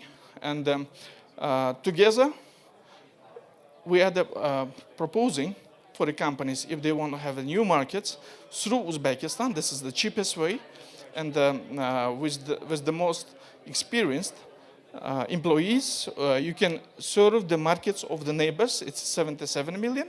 And if the CIS market, there's over than 300 million population. That could be possible through us with our agreements with that countries. And also, we are ready to co-invest with the Plug and Play for the startups if they will set up their back office in Uzbekistan, even if they are serving the foreign clients. If they set up the office here, we are ready to invest 400,000, starting from 100 to 400,000 US dollars. That's our proposition, which will started already from June 1st. It's very new. So this is very short what we are doing. If you'll be interested, please, you're welcome. Welcome to Uzbekistan. Thank you very much. Thank you. So I think there will be a short video, and then we can kind of move to the next stage. But first of all, in the meantime, as long as you set the video up, first of all, thank you so much for the presentation. It's a pleasure to have you here, that you come to Stuttgart here. Yeah, I think it's very interesting to see how you create incentives, how you kind of create a great environment, not only for startups, but also for your local residents. It's impressive to see, and we're proud to have you here. Just waiting a few more seconds. Maybe in the meantime, when you had the slide on where it says, I think 60% are below 30, I just Googled for Germany, and actually between 20 and 40, 26% are. So I feel like as well we have to get some talents to Germany, because it's like a really remotely, we take this, yeah. And then as well, I think there could be, especially with all the universities, a lot of startups popping up who can then help here all the corporations to grow. Thank you so much for this. Okay. All right. Okay. Then I think moving on to the next part. I mean, we heard in the last slide co-investments with plug and play in startups that have their back office in Uzbekistan. So I think investment is here also the next keyword. We look into invest and elevate, unlocking new innovation frontiers, and coming from a keynote now to a panel discussion. And I welcome Hannah back to the stage. Yeah. Thanks to bringing us to new markets, and I think it was highly interesting.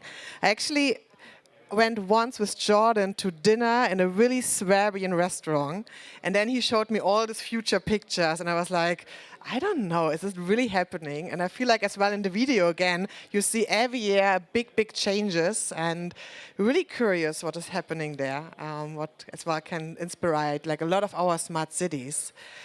So, hearing about a lot of talents who are building up new companies or moving companies, we actually now will talk about investment on this in this direction of deep tech investment. And for this, I would like to ask my colleague Tim on stage, and maybe if I have other colleagues still around helping in the back to put the chairs on the, beautiful, we are so aligned, on the stage. So Tim, what is your next panel about? I know you're taking care of our investment, so surprise, it's investment, right?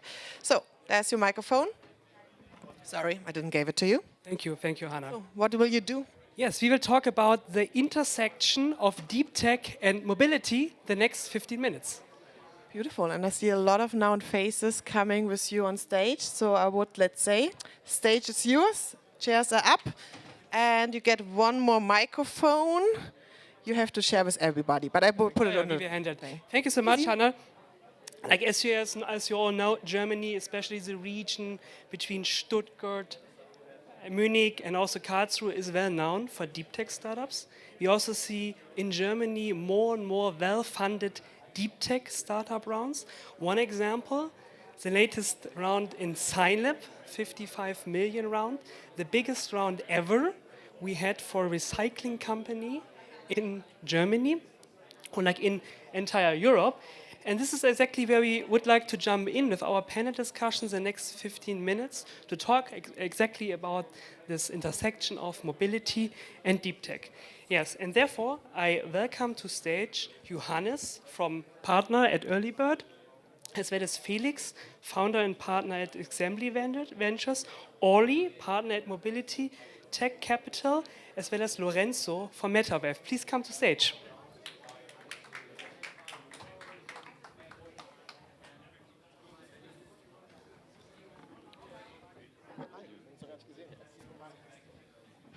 Welcome. My first question goes to you, Johannes. Like, what kind of exciting deep tech rounds did you see the last months? Yeah. Oh, yeah, it works. That's good.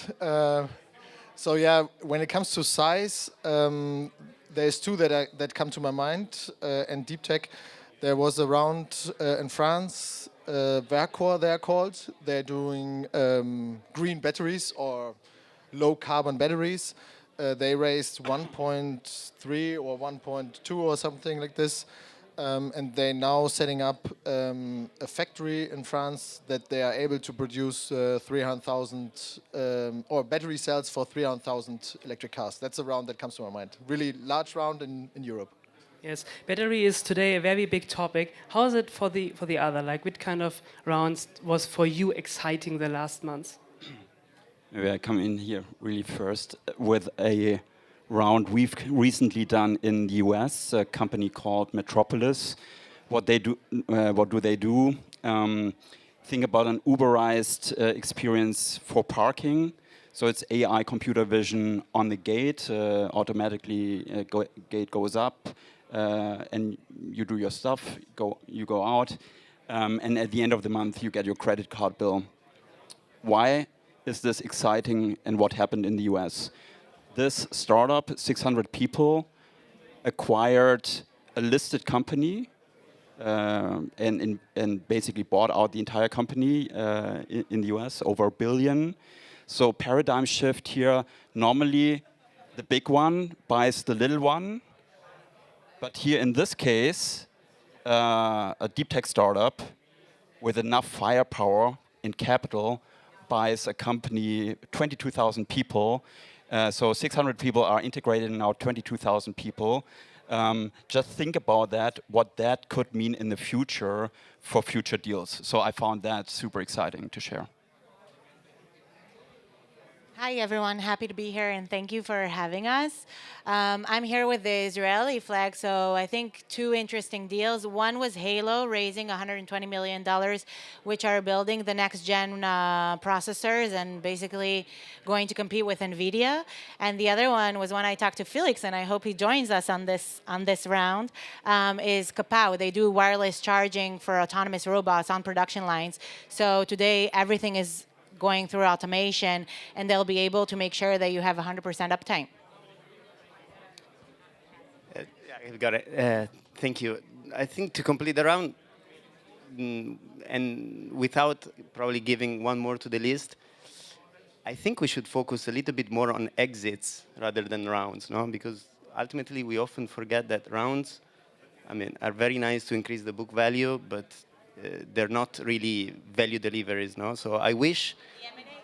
No, I'm not an M&A guy, but it's a VC perspective. I think we should focus much more on the exit announcements, which mean that not only the VCs have their returns, but also the products are real. They're in the market, they're in the industrial setups. So let me not answer to your question and encourage you to look at exits more than financing rounds. Perfect. Yeah, which kind of exciting exits maybe to the rest of the group? That's a thing. That's a thing. I think exits are much more scarce, as we know. And I mean, and then let me clarify. No, of course, financing rounds are super important, no, and are a sign of health. But also, I think we should shy away from the view that deep tech or mobility, innovation in mobility is 4 years old and there's only financing rounds, no? I think there are, I mean, this sector has been innovating and investing in the past 50 years, and there are companies that have been invested 10 years ago by VCs. Maybe they didn't call it deep tech, and the financing environment is such that it's hard to capitalize. And so I'm waiting for good exits. I think there are some to come, and I'm really looking forward for that to spur further. I don't know if you have some examples to share. Maybe I would add, I think we're still early in the cycle. So if you think about cycles, we had a huge 20, 30-year B2C cycle. Everything shifted to B2B. I think most VCs here nowadays do B2B SaaS. That started around the 2015 timeline eventually.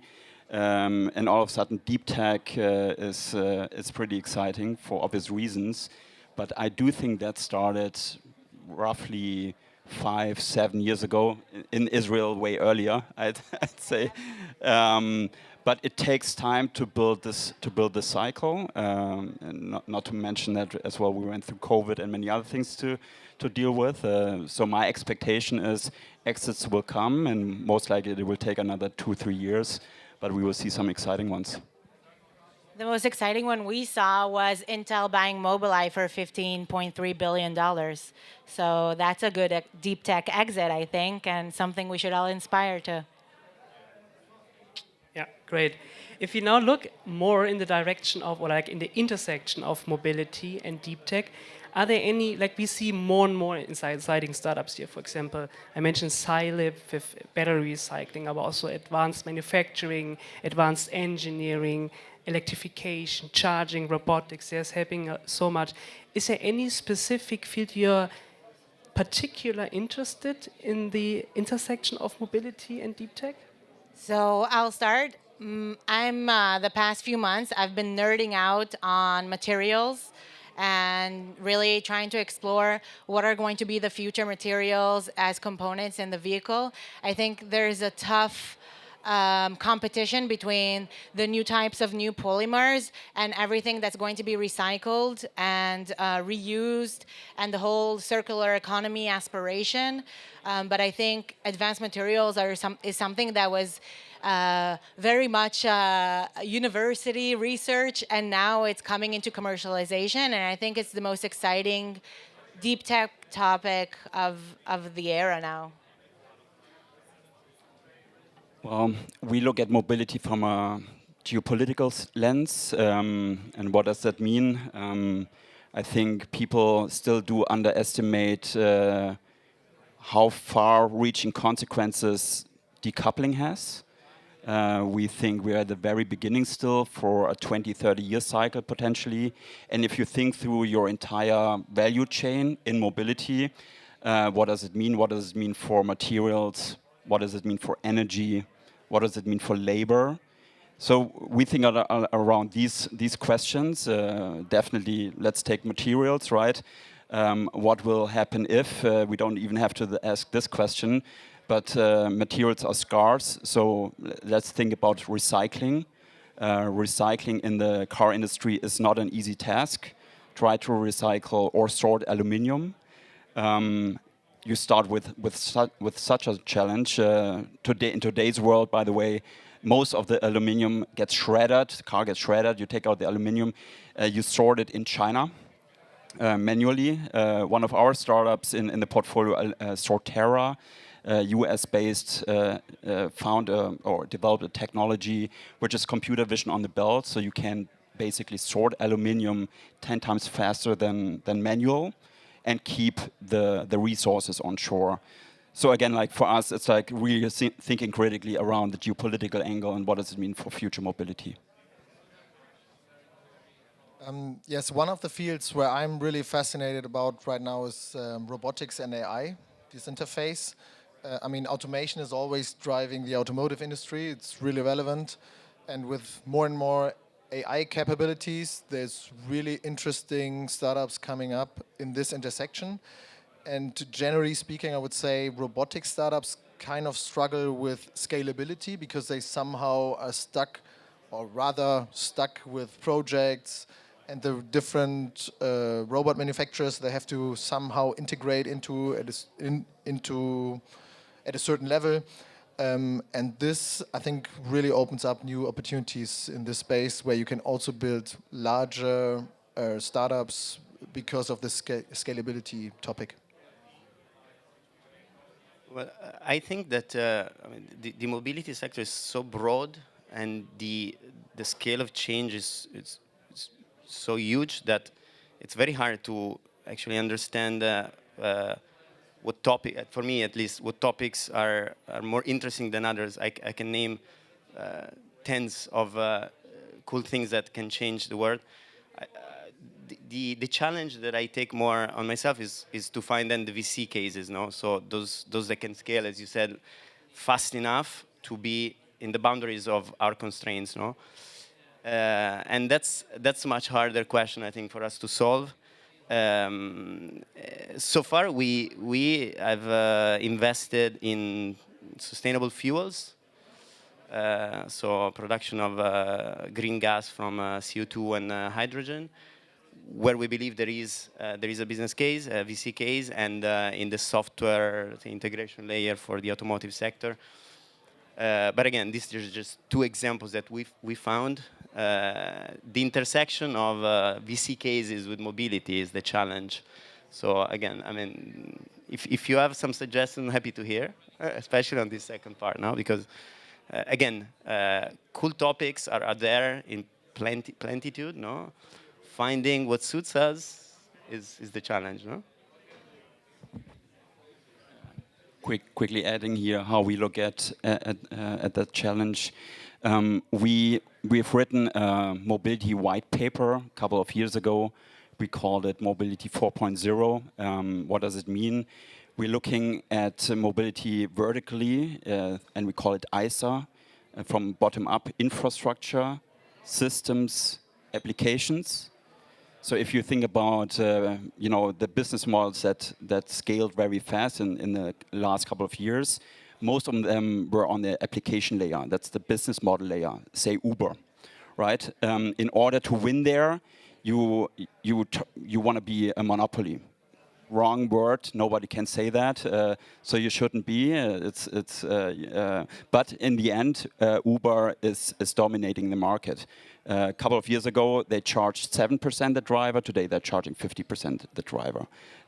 Would there be a lot of options? Well, guess what? So what I mean with that is, if you want to change the industry and you come through deep tech, and that the game changer could be self-driving, where do you start?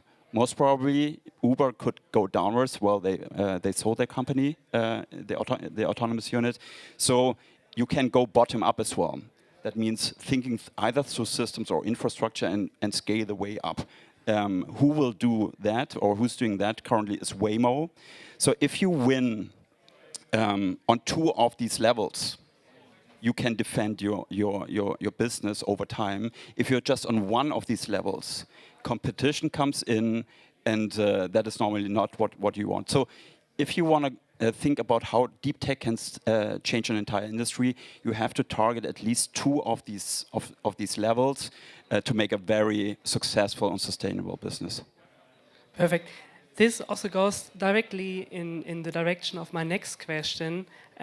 Before we wrap up the panel, do you have any final thoughts or takeaways for the audience? What makes the investment case particularly exciting or interesting for you? Yeah, please. Question is always, how big is the problem? Is it a huge problem? Does it change the world if you solve it? Number 1. Number 2, and who are the people behind it? And really have long conversations with those people. Because those are the people you as an investor will stick around for 10 plus years. So you want to understand them exactly. What drives them? What is their motivation? What's their belief system? Not from a religious point of view, but how do they see the world, and why are they doing what they're doing? So these are the 2 critical factors in our point of view. And Olli, if you're especially looking into deep tech, like, is there anything which excites you? Like what's makes the investment case exciting? Yeah, I think the thing that most excites us about deep tech is that when you create a deep tech technology, it's something that brings a very unique IP to the table. We are less to invest in marketplaces and in things that could be easily replicated. You know, if you see an interesting business model and you can replicate it very fast, for us, it's something we would shy away from. We look for very unique IP, very unique solutions. We invested in solar paint, in energy harvesting, in like science fiction of reading the brain through your steering wheel. So really things that have a very deep and unique understanding, because in the end, because of the long cycles in automotive, yes, you can be first comer, but as a startup, it's a bit harder to be first comer to the market. So bringing that uniqueness is what makes us most excited in deep tech investments. Yeah, Olli, I would like to add 1 point. So if you think about deep tech startups in the sense of hardware startups, most people would say, yeah, that's too risky for me, or just too risky. I would argue that's also different risk profile. And if you want to build a resilient portfolio from a venture perspective, it also makes sense maybe to have a mixture of software and hardware startups.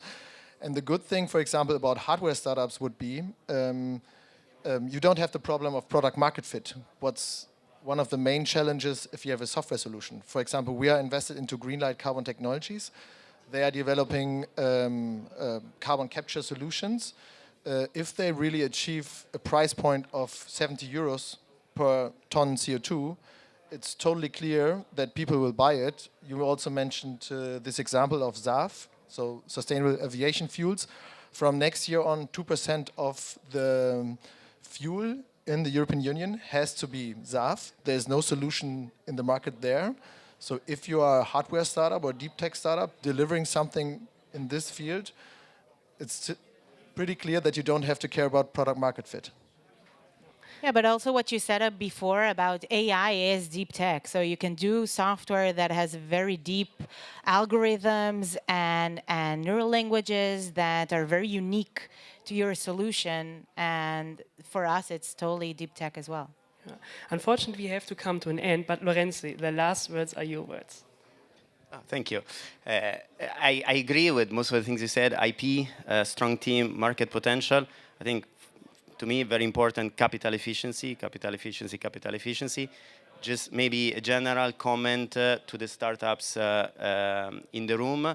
I think it's most important that you understand when you raise the promises that the VCs you talk to make to their LPs, because that drives a lot of their investment strategy. You know, some people promise something, and I'm not talking mostly about financial returns. No, it's also the storytelling, the kind of expectations that they build, and that drives, in my opinion, the differences between also the people you talk to. And it's very important to know these things, because ultimately these are the constraints and also the values, no, that the people you talk to have. And unless you do that, you will not understand what they look for. Thank you. Unfortunately, we have now to come to an end, but thank you so much to all panelists. Thank you for sharing your insights. And what I also really like is that over the time, more and more people join our conversations. I also really like our conversation. Now I have to give up. Thank you so much. Thank you. Thank you. No, really, really insightful. And take care that the startups are jumping now on you to raise some money. But thank you for all the insights. Ouch.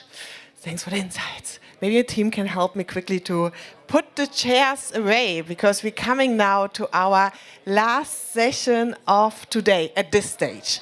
Don't run away. The main stage, after we're closing here, will continue with amazing content, award show, and new partner announcement. But what is like our last session today? So EIT, European Institute of Innovation and Technology, they actually partnered up with Mobility X Lab, Drive Tel Aviv, and us as Startup Autobahn to drive diverse mobility forward. I hope I say it right. Last year in January, we had the chance to actually launch our collaboration. We are now in our second batch. I'm still right? Okay, I love this. Perfect. And you have the chance now to actually meet the startups. Two of the startups, I kind of now from my work at Startup Autobahn, they're now continuing working with ERT in our collaboration. And I will stop speaking now and would love to hand over and introduce you to my three colleagues, alias accelerator heads, Lini Pöpe, Johannes Kirschner, and Miron Kohana. So please give them a hand, and then I'm really excited to meet the startups. 1 minute pitch is hard without a timer. Right. Yeah, thank you. Thank you for the warm intro. Everything was on point. From my side, just a short hello, and basically a thank you to Lini, to Miron, and also to Mobility X Lab for running this amazing accelerator program. We are from EIT very proud to have teamed up with these leading startup experts that help us to support early stage startups all around Europe to really make the mobility transition a reality. So handing over to Lini, thank you for doing that. Yeah, thank you so much, Johannes, and also really nice that you are here today. So that's really great. I want to also say a quick hello from our partner Mobility X Lab. So they're an accelerator and co-working space based in Sweden. They would have loved to be here today, but they couldn't make it for personal reasons. But of course, they send their best. And also, of course, from our side, Startup Autobahn, I don't think I need to explain ourselves anymore. You should know by now. If not, then come to me. And yeah, so that's it from us, from the welcome. And then Miron will take over and also lead through the pitches today. So we're super excited to have the second batch with us. Some really exciting ideas, and you will get super quick firework pitches from them. So Miron, take it off, and thank you. Thank you, Lini. And first of all, it's a pleasure to be here. And I wanted to thank first our great host, Startup Autobahn, for putting this together and pulling this off. It's been a great day so far. I wanted to thank, as Lini mentioned, the Mobility X Lab. Unfortunately, they couldn't be here, but they put day in and day out an amazing work together with Startup Autobahn and us at Drive TLV to make the Smart Mobility Accelerator a unique program, in my opinion. A super thanks goes to EIT for giving us the opportunity to create an additional value to the European ecosystem. But also, I was speaking before with Anton from Startup Autobahn. EIT gave us the opportunity to formalize and strengthen the relationship between us partners, accelerators, meaning us Drive TLV, Mobility X Lab, and Startup Autobahn. Finally, so thank you for giving us that opportunity as well. Thank you for being here today. I hope you're going to be interested in the pitches and get to know super interesting solution, in my opinion. And a big thank you to our startups. They put an amazing effort throughout the whole application process. It wasn't easy. They also flew out, most of them here today. And we know for a startup, it's difficult to put the resource to be here. So thank you, guys. I'm really looking forward to start this hopefully meaningful and long-lasting relationship. Thank you for being here. When first Drive TLV brought together the other partners to start this initiative, the idea was to give a tool to the startups to have effective interactions with the giants of the industry, in the automotive industry. How do we do that? Basically, we give the tools by giving tailored workshops to them and giving them the possibility to have consultation sessions with expert industry who have been in contact and in touch with the giant of the industry. And once we provide these tools to the startups, the consortium partners can count over 50 said giants of the industry as partners of them. And we leverage our network in order to create tangible collaborations and value for the startups and, of course, the ecosystem. So when I'm actually asked, how do I work with a startup? What do I actually do on a day-to-day basis? I have a really nice story, very romanticized one, but I'm going to skip it because we're on a tight schedule and I don't want to be cut off. But the idea was, the important thing is to listen, both what the startup have to say, but also what they are not telling you. Because from what they're not telling you, you understand where you can bring value to them and help them and be a complementary player for them. And I believe once we understand, both as partners and the startups, there are even things that we don't know that we don't know. We acknowledge that there are things that are out of our spectrum of thinking and thoughts. Then it gets very easier to work efficiently, and the results consequently are going to be way better and hopefully tangible. So to be coherent, I'm going to go back to listen, okay? And I'm going to leave the floor to the startups. I wanted to drop the mic, but I'm not sure that I'm allowed to, you know? And so I'm going to just thank you, and I'm going to call the first startup to give their pitch. That is Area Automotive. Please, come.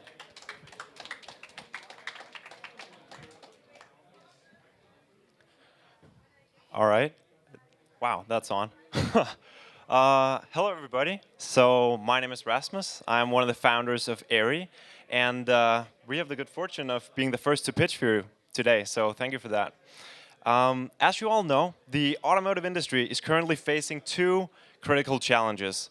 The first is its transition towards sustainable manufacturing, and the second is the newfound global competition within the industry. Well, why is this? Well, it turns out a lot of it has to do with the traditional manufacturing. It turns out the traditional manufacturing is not only complex and labor intensive, it is also one of the major contributors to CO2 emissions globally.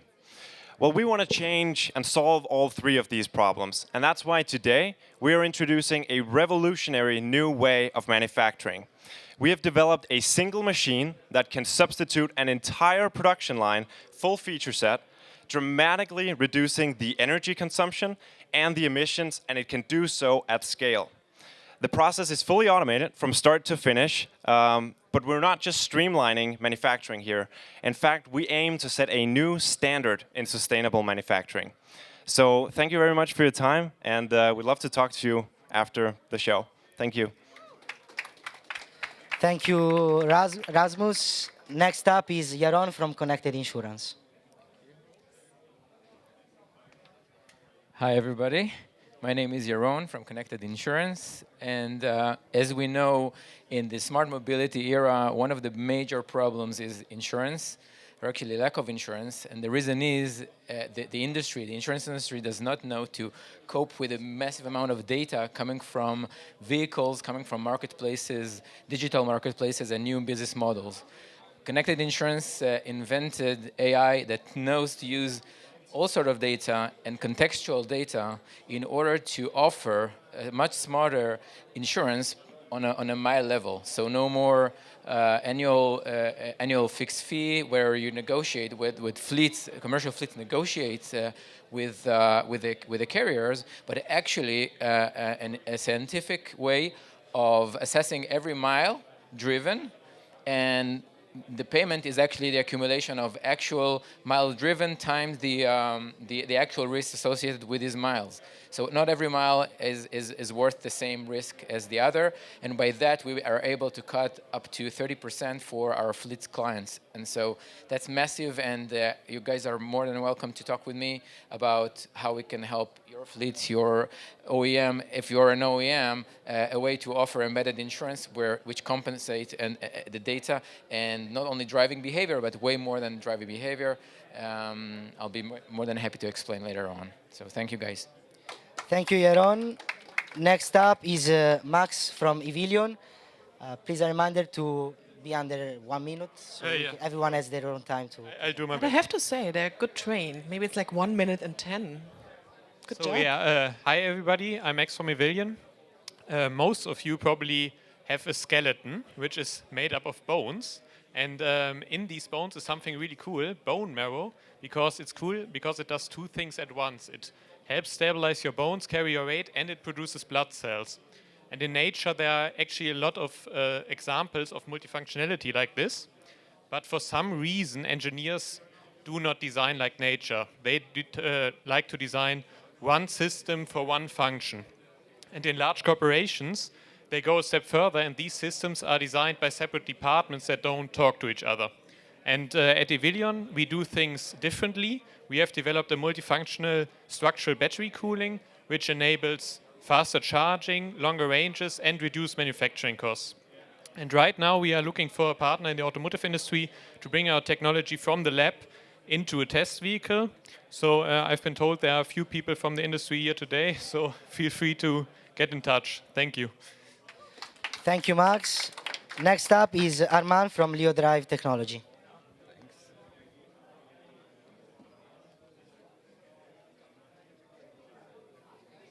Thanks for the opportunity. We are working in an industry which really has the highest barrier to entry, and we found a way around it. So we do it open source, we work with the vehicle makers, and we try to become the marketplace to end-to-end supply solutions. Who we are aiming at? We are aiming at small OEMs to deploy their buses, researchers who wants to jump into the industry, or L7 or robotic startups who wants to work towards autonomy. So that's why we have the motto of Open Path to Autonomy, where we develop everything open source at the Autoware Foundation, started by our investor Tier 4, and we are part of EIT Urban Mobility. We are operating in Istanbul, Yıldız Technical University Technopark, and Eindhoven Automotive Campus. And if you want to develop an open source autonomous vehicle, we are ready to help. Thank you.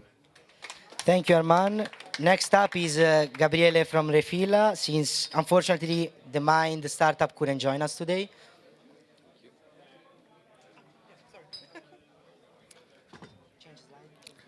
Thank you. Thank you for the opportunity. I'm waiting for the right slides. Sorry, there were cake or slide. There was like a No problem. decision. No problem. In the meanwhile, my name is Gabriele. I'm one of the co-founder of Refilla, which is an Italian startup. I believe that in the room, at least one people, but many, is asking himself, what are we going to do with all the used batteries that will come from the automotive industry? Well, at Refilla, we develop a groundbreaking technology that is able to qualify and repurpose those batteries into our devices. Basically, we give batteries, automotive batteries, a second life, a second chance into our mobile energy storage. So far, we were able to collect a really important partnership, both industrial and commercial partnership, that has also led ourselves to be in the final stage of an important fundraising round, €4 million seed round to be closed within July, and we got already 80% committed. So if any VC interest in the room, please just come to me and we can chat. Thanks a lot. Bye. Thank you, Gabriele. Next up should be Yoav from Riderdome, but he had a conflict in schedule. I'm not sure he was able to attend, and I haven't seen him. So I'm going to call next up the next startup. That is Mario from Royos Joining Solution. Thank you. A warm welcome from my side. I'm Mario, the CEO and co-founder from Royos Joining Solutions. I will present you a groundbreaking new technology for joining lightweight constructions, lightweight buildings. So the issue is metal alone is too heavy, plastics is too weak, and composites are much too expensive. So we found this groundbreaking idea and developed a tool which is able to join plastics and metal within only one step. So you don't need any additional solvents or other things. You only need our one-step tool to produce those nice parts. The USP that we bring is that we can do linear welds that is very unique on the market. So we can weld large battery trays as well as structural components with very economic welding technology. And yeah, we are also very green. That means by the use of plastic instead of aluminum, we can save up to 40 up to 50% of the CO2 emission of a part. We are in automotive, but we are also in aerospace, we are in space and other industries. So if you have any question, please feel free to contact us, to get in touch with us. We would appreciate to meet you. Thank you very much. Thank you, Mario. To close our batch of startups is Rafael from Ventus Technology.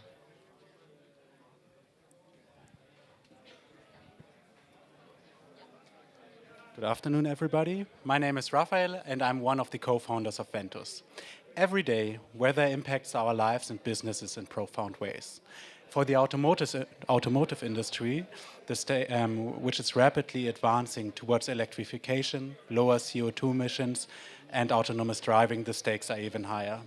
Weather conditions, and particularly wind, can alter vehicle safety and significantly affect vehicle consumption by up to 25%. And this is where Ventus comes in. Ventus is on its mission to revolutionize weather forecasting accuracy using physical and AI-based models to improve the accuracy. We already demonstrated that our wind forecasting model has a 50% higher accuracy than conventional weather forecasting models. With ongoing pilot projects with Mercedes-Benz, Toyota, and Hyundai, we're demonstrating the market's urgent need for our solution. Thank you very much. All right, thank you so much. So just some final words from the EIT Mobility Accelerator. So we're super happy to have you all in the batch. The program is just starting, so I think we'll have an exciting journey ahead. And I hope that a lot of you were inspired and intrigued by what the startups told us really, really shortly. So they are over there, they have their booth. So please go and visit and find out more about the startups that interested you most, and also get connected to us if you want to be a part of the program and help the startups out in scaling their businesses. So thank you so much to EIT, to Drive TLV, Mobility X Lab. Really happy to have you here. Thank you. Thank you, Lini. Thank you to you all. I think this was really fast, 1-minute pitches. I actually stopped the time. It was 50 seconds, but at the end, the content is most important. With this, guys, we're closing the cross-industry stage. And it was a pleasure to have you here. We went from Norway to Saudi to Uzbekistan, Stuttgart, Munich, and, had a lot of different topics here, amazing speakers, amazing startups, amazing panelists. And I would like to use this last 30 seconds actually to advertise our main stage. And why did I ask Raphael again on stage? Because yesterday I told him that we will do an active cooling project to preserve and restore keynote on the main stage. And he was like, wow, this is so cool, this makes sense, and the startup is amazing, can you connect me? So why do you say everybody here should, after we're closing this, go to the main stage and listen to this keynote? So yeah, so climate change is real, and these guys from the startup are actually doing amazing stuff. And I think you will learn much more when you be at the stage. But so Arctic sea ice is retrieving heavily, and what they actually do is they put water on top of the existing ice so that the layer gets thicker, and then the ice will basically make it over the hot summers, so that the global albedo will basically get higher in that region, and then less energy comes to the Earth, and basically doing something actively against global warming. So go ahead, it's pretty nice what these guys are doing. Thank you so much. And we learned today, we are here to get inspired, to exchange, but as well to bring impact. So please go to the main stage. It was amazing to have you here. Give everybody a warm applause and have a beautiful evening. And there will be awards, new partner announcement. We will have some food and drinks afterwards. So see you around. Thanks for being here. Hannah.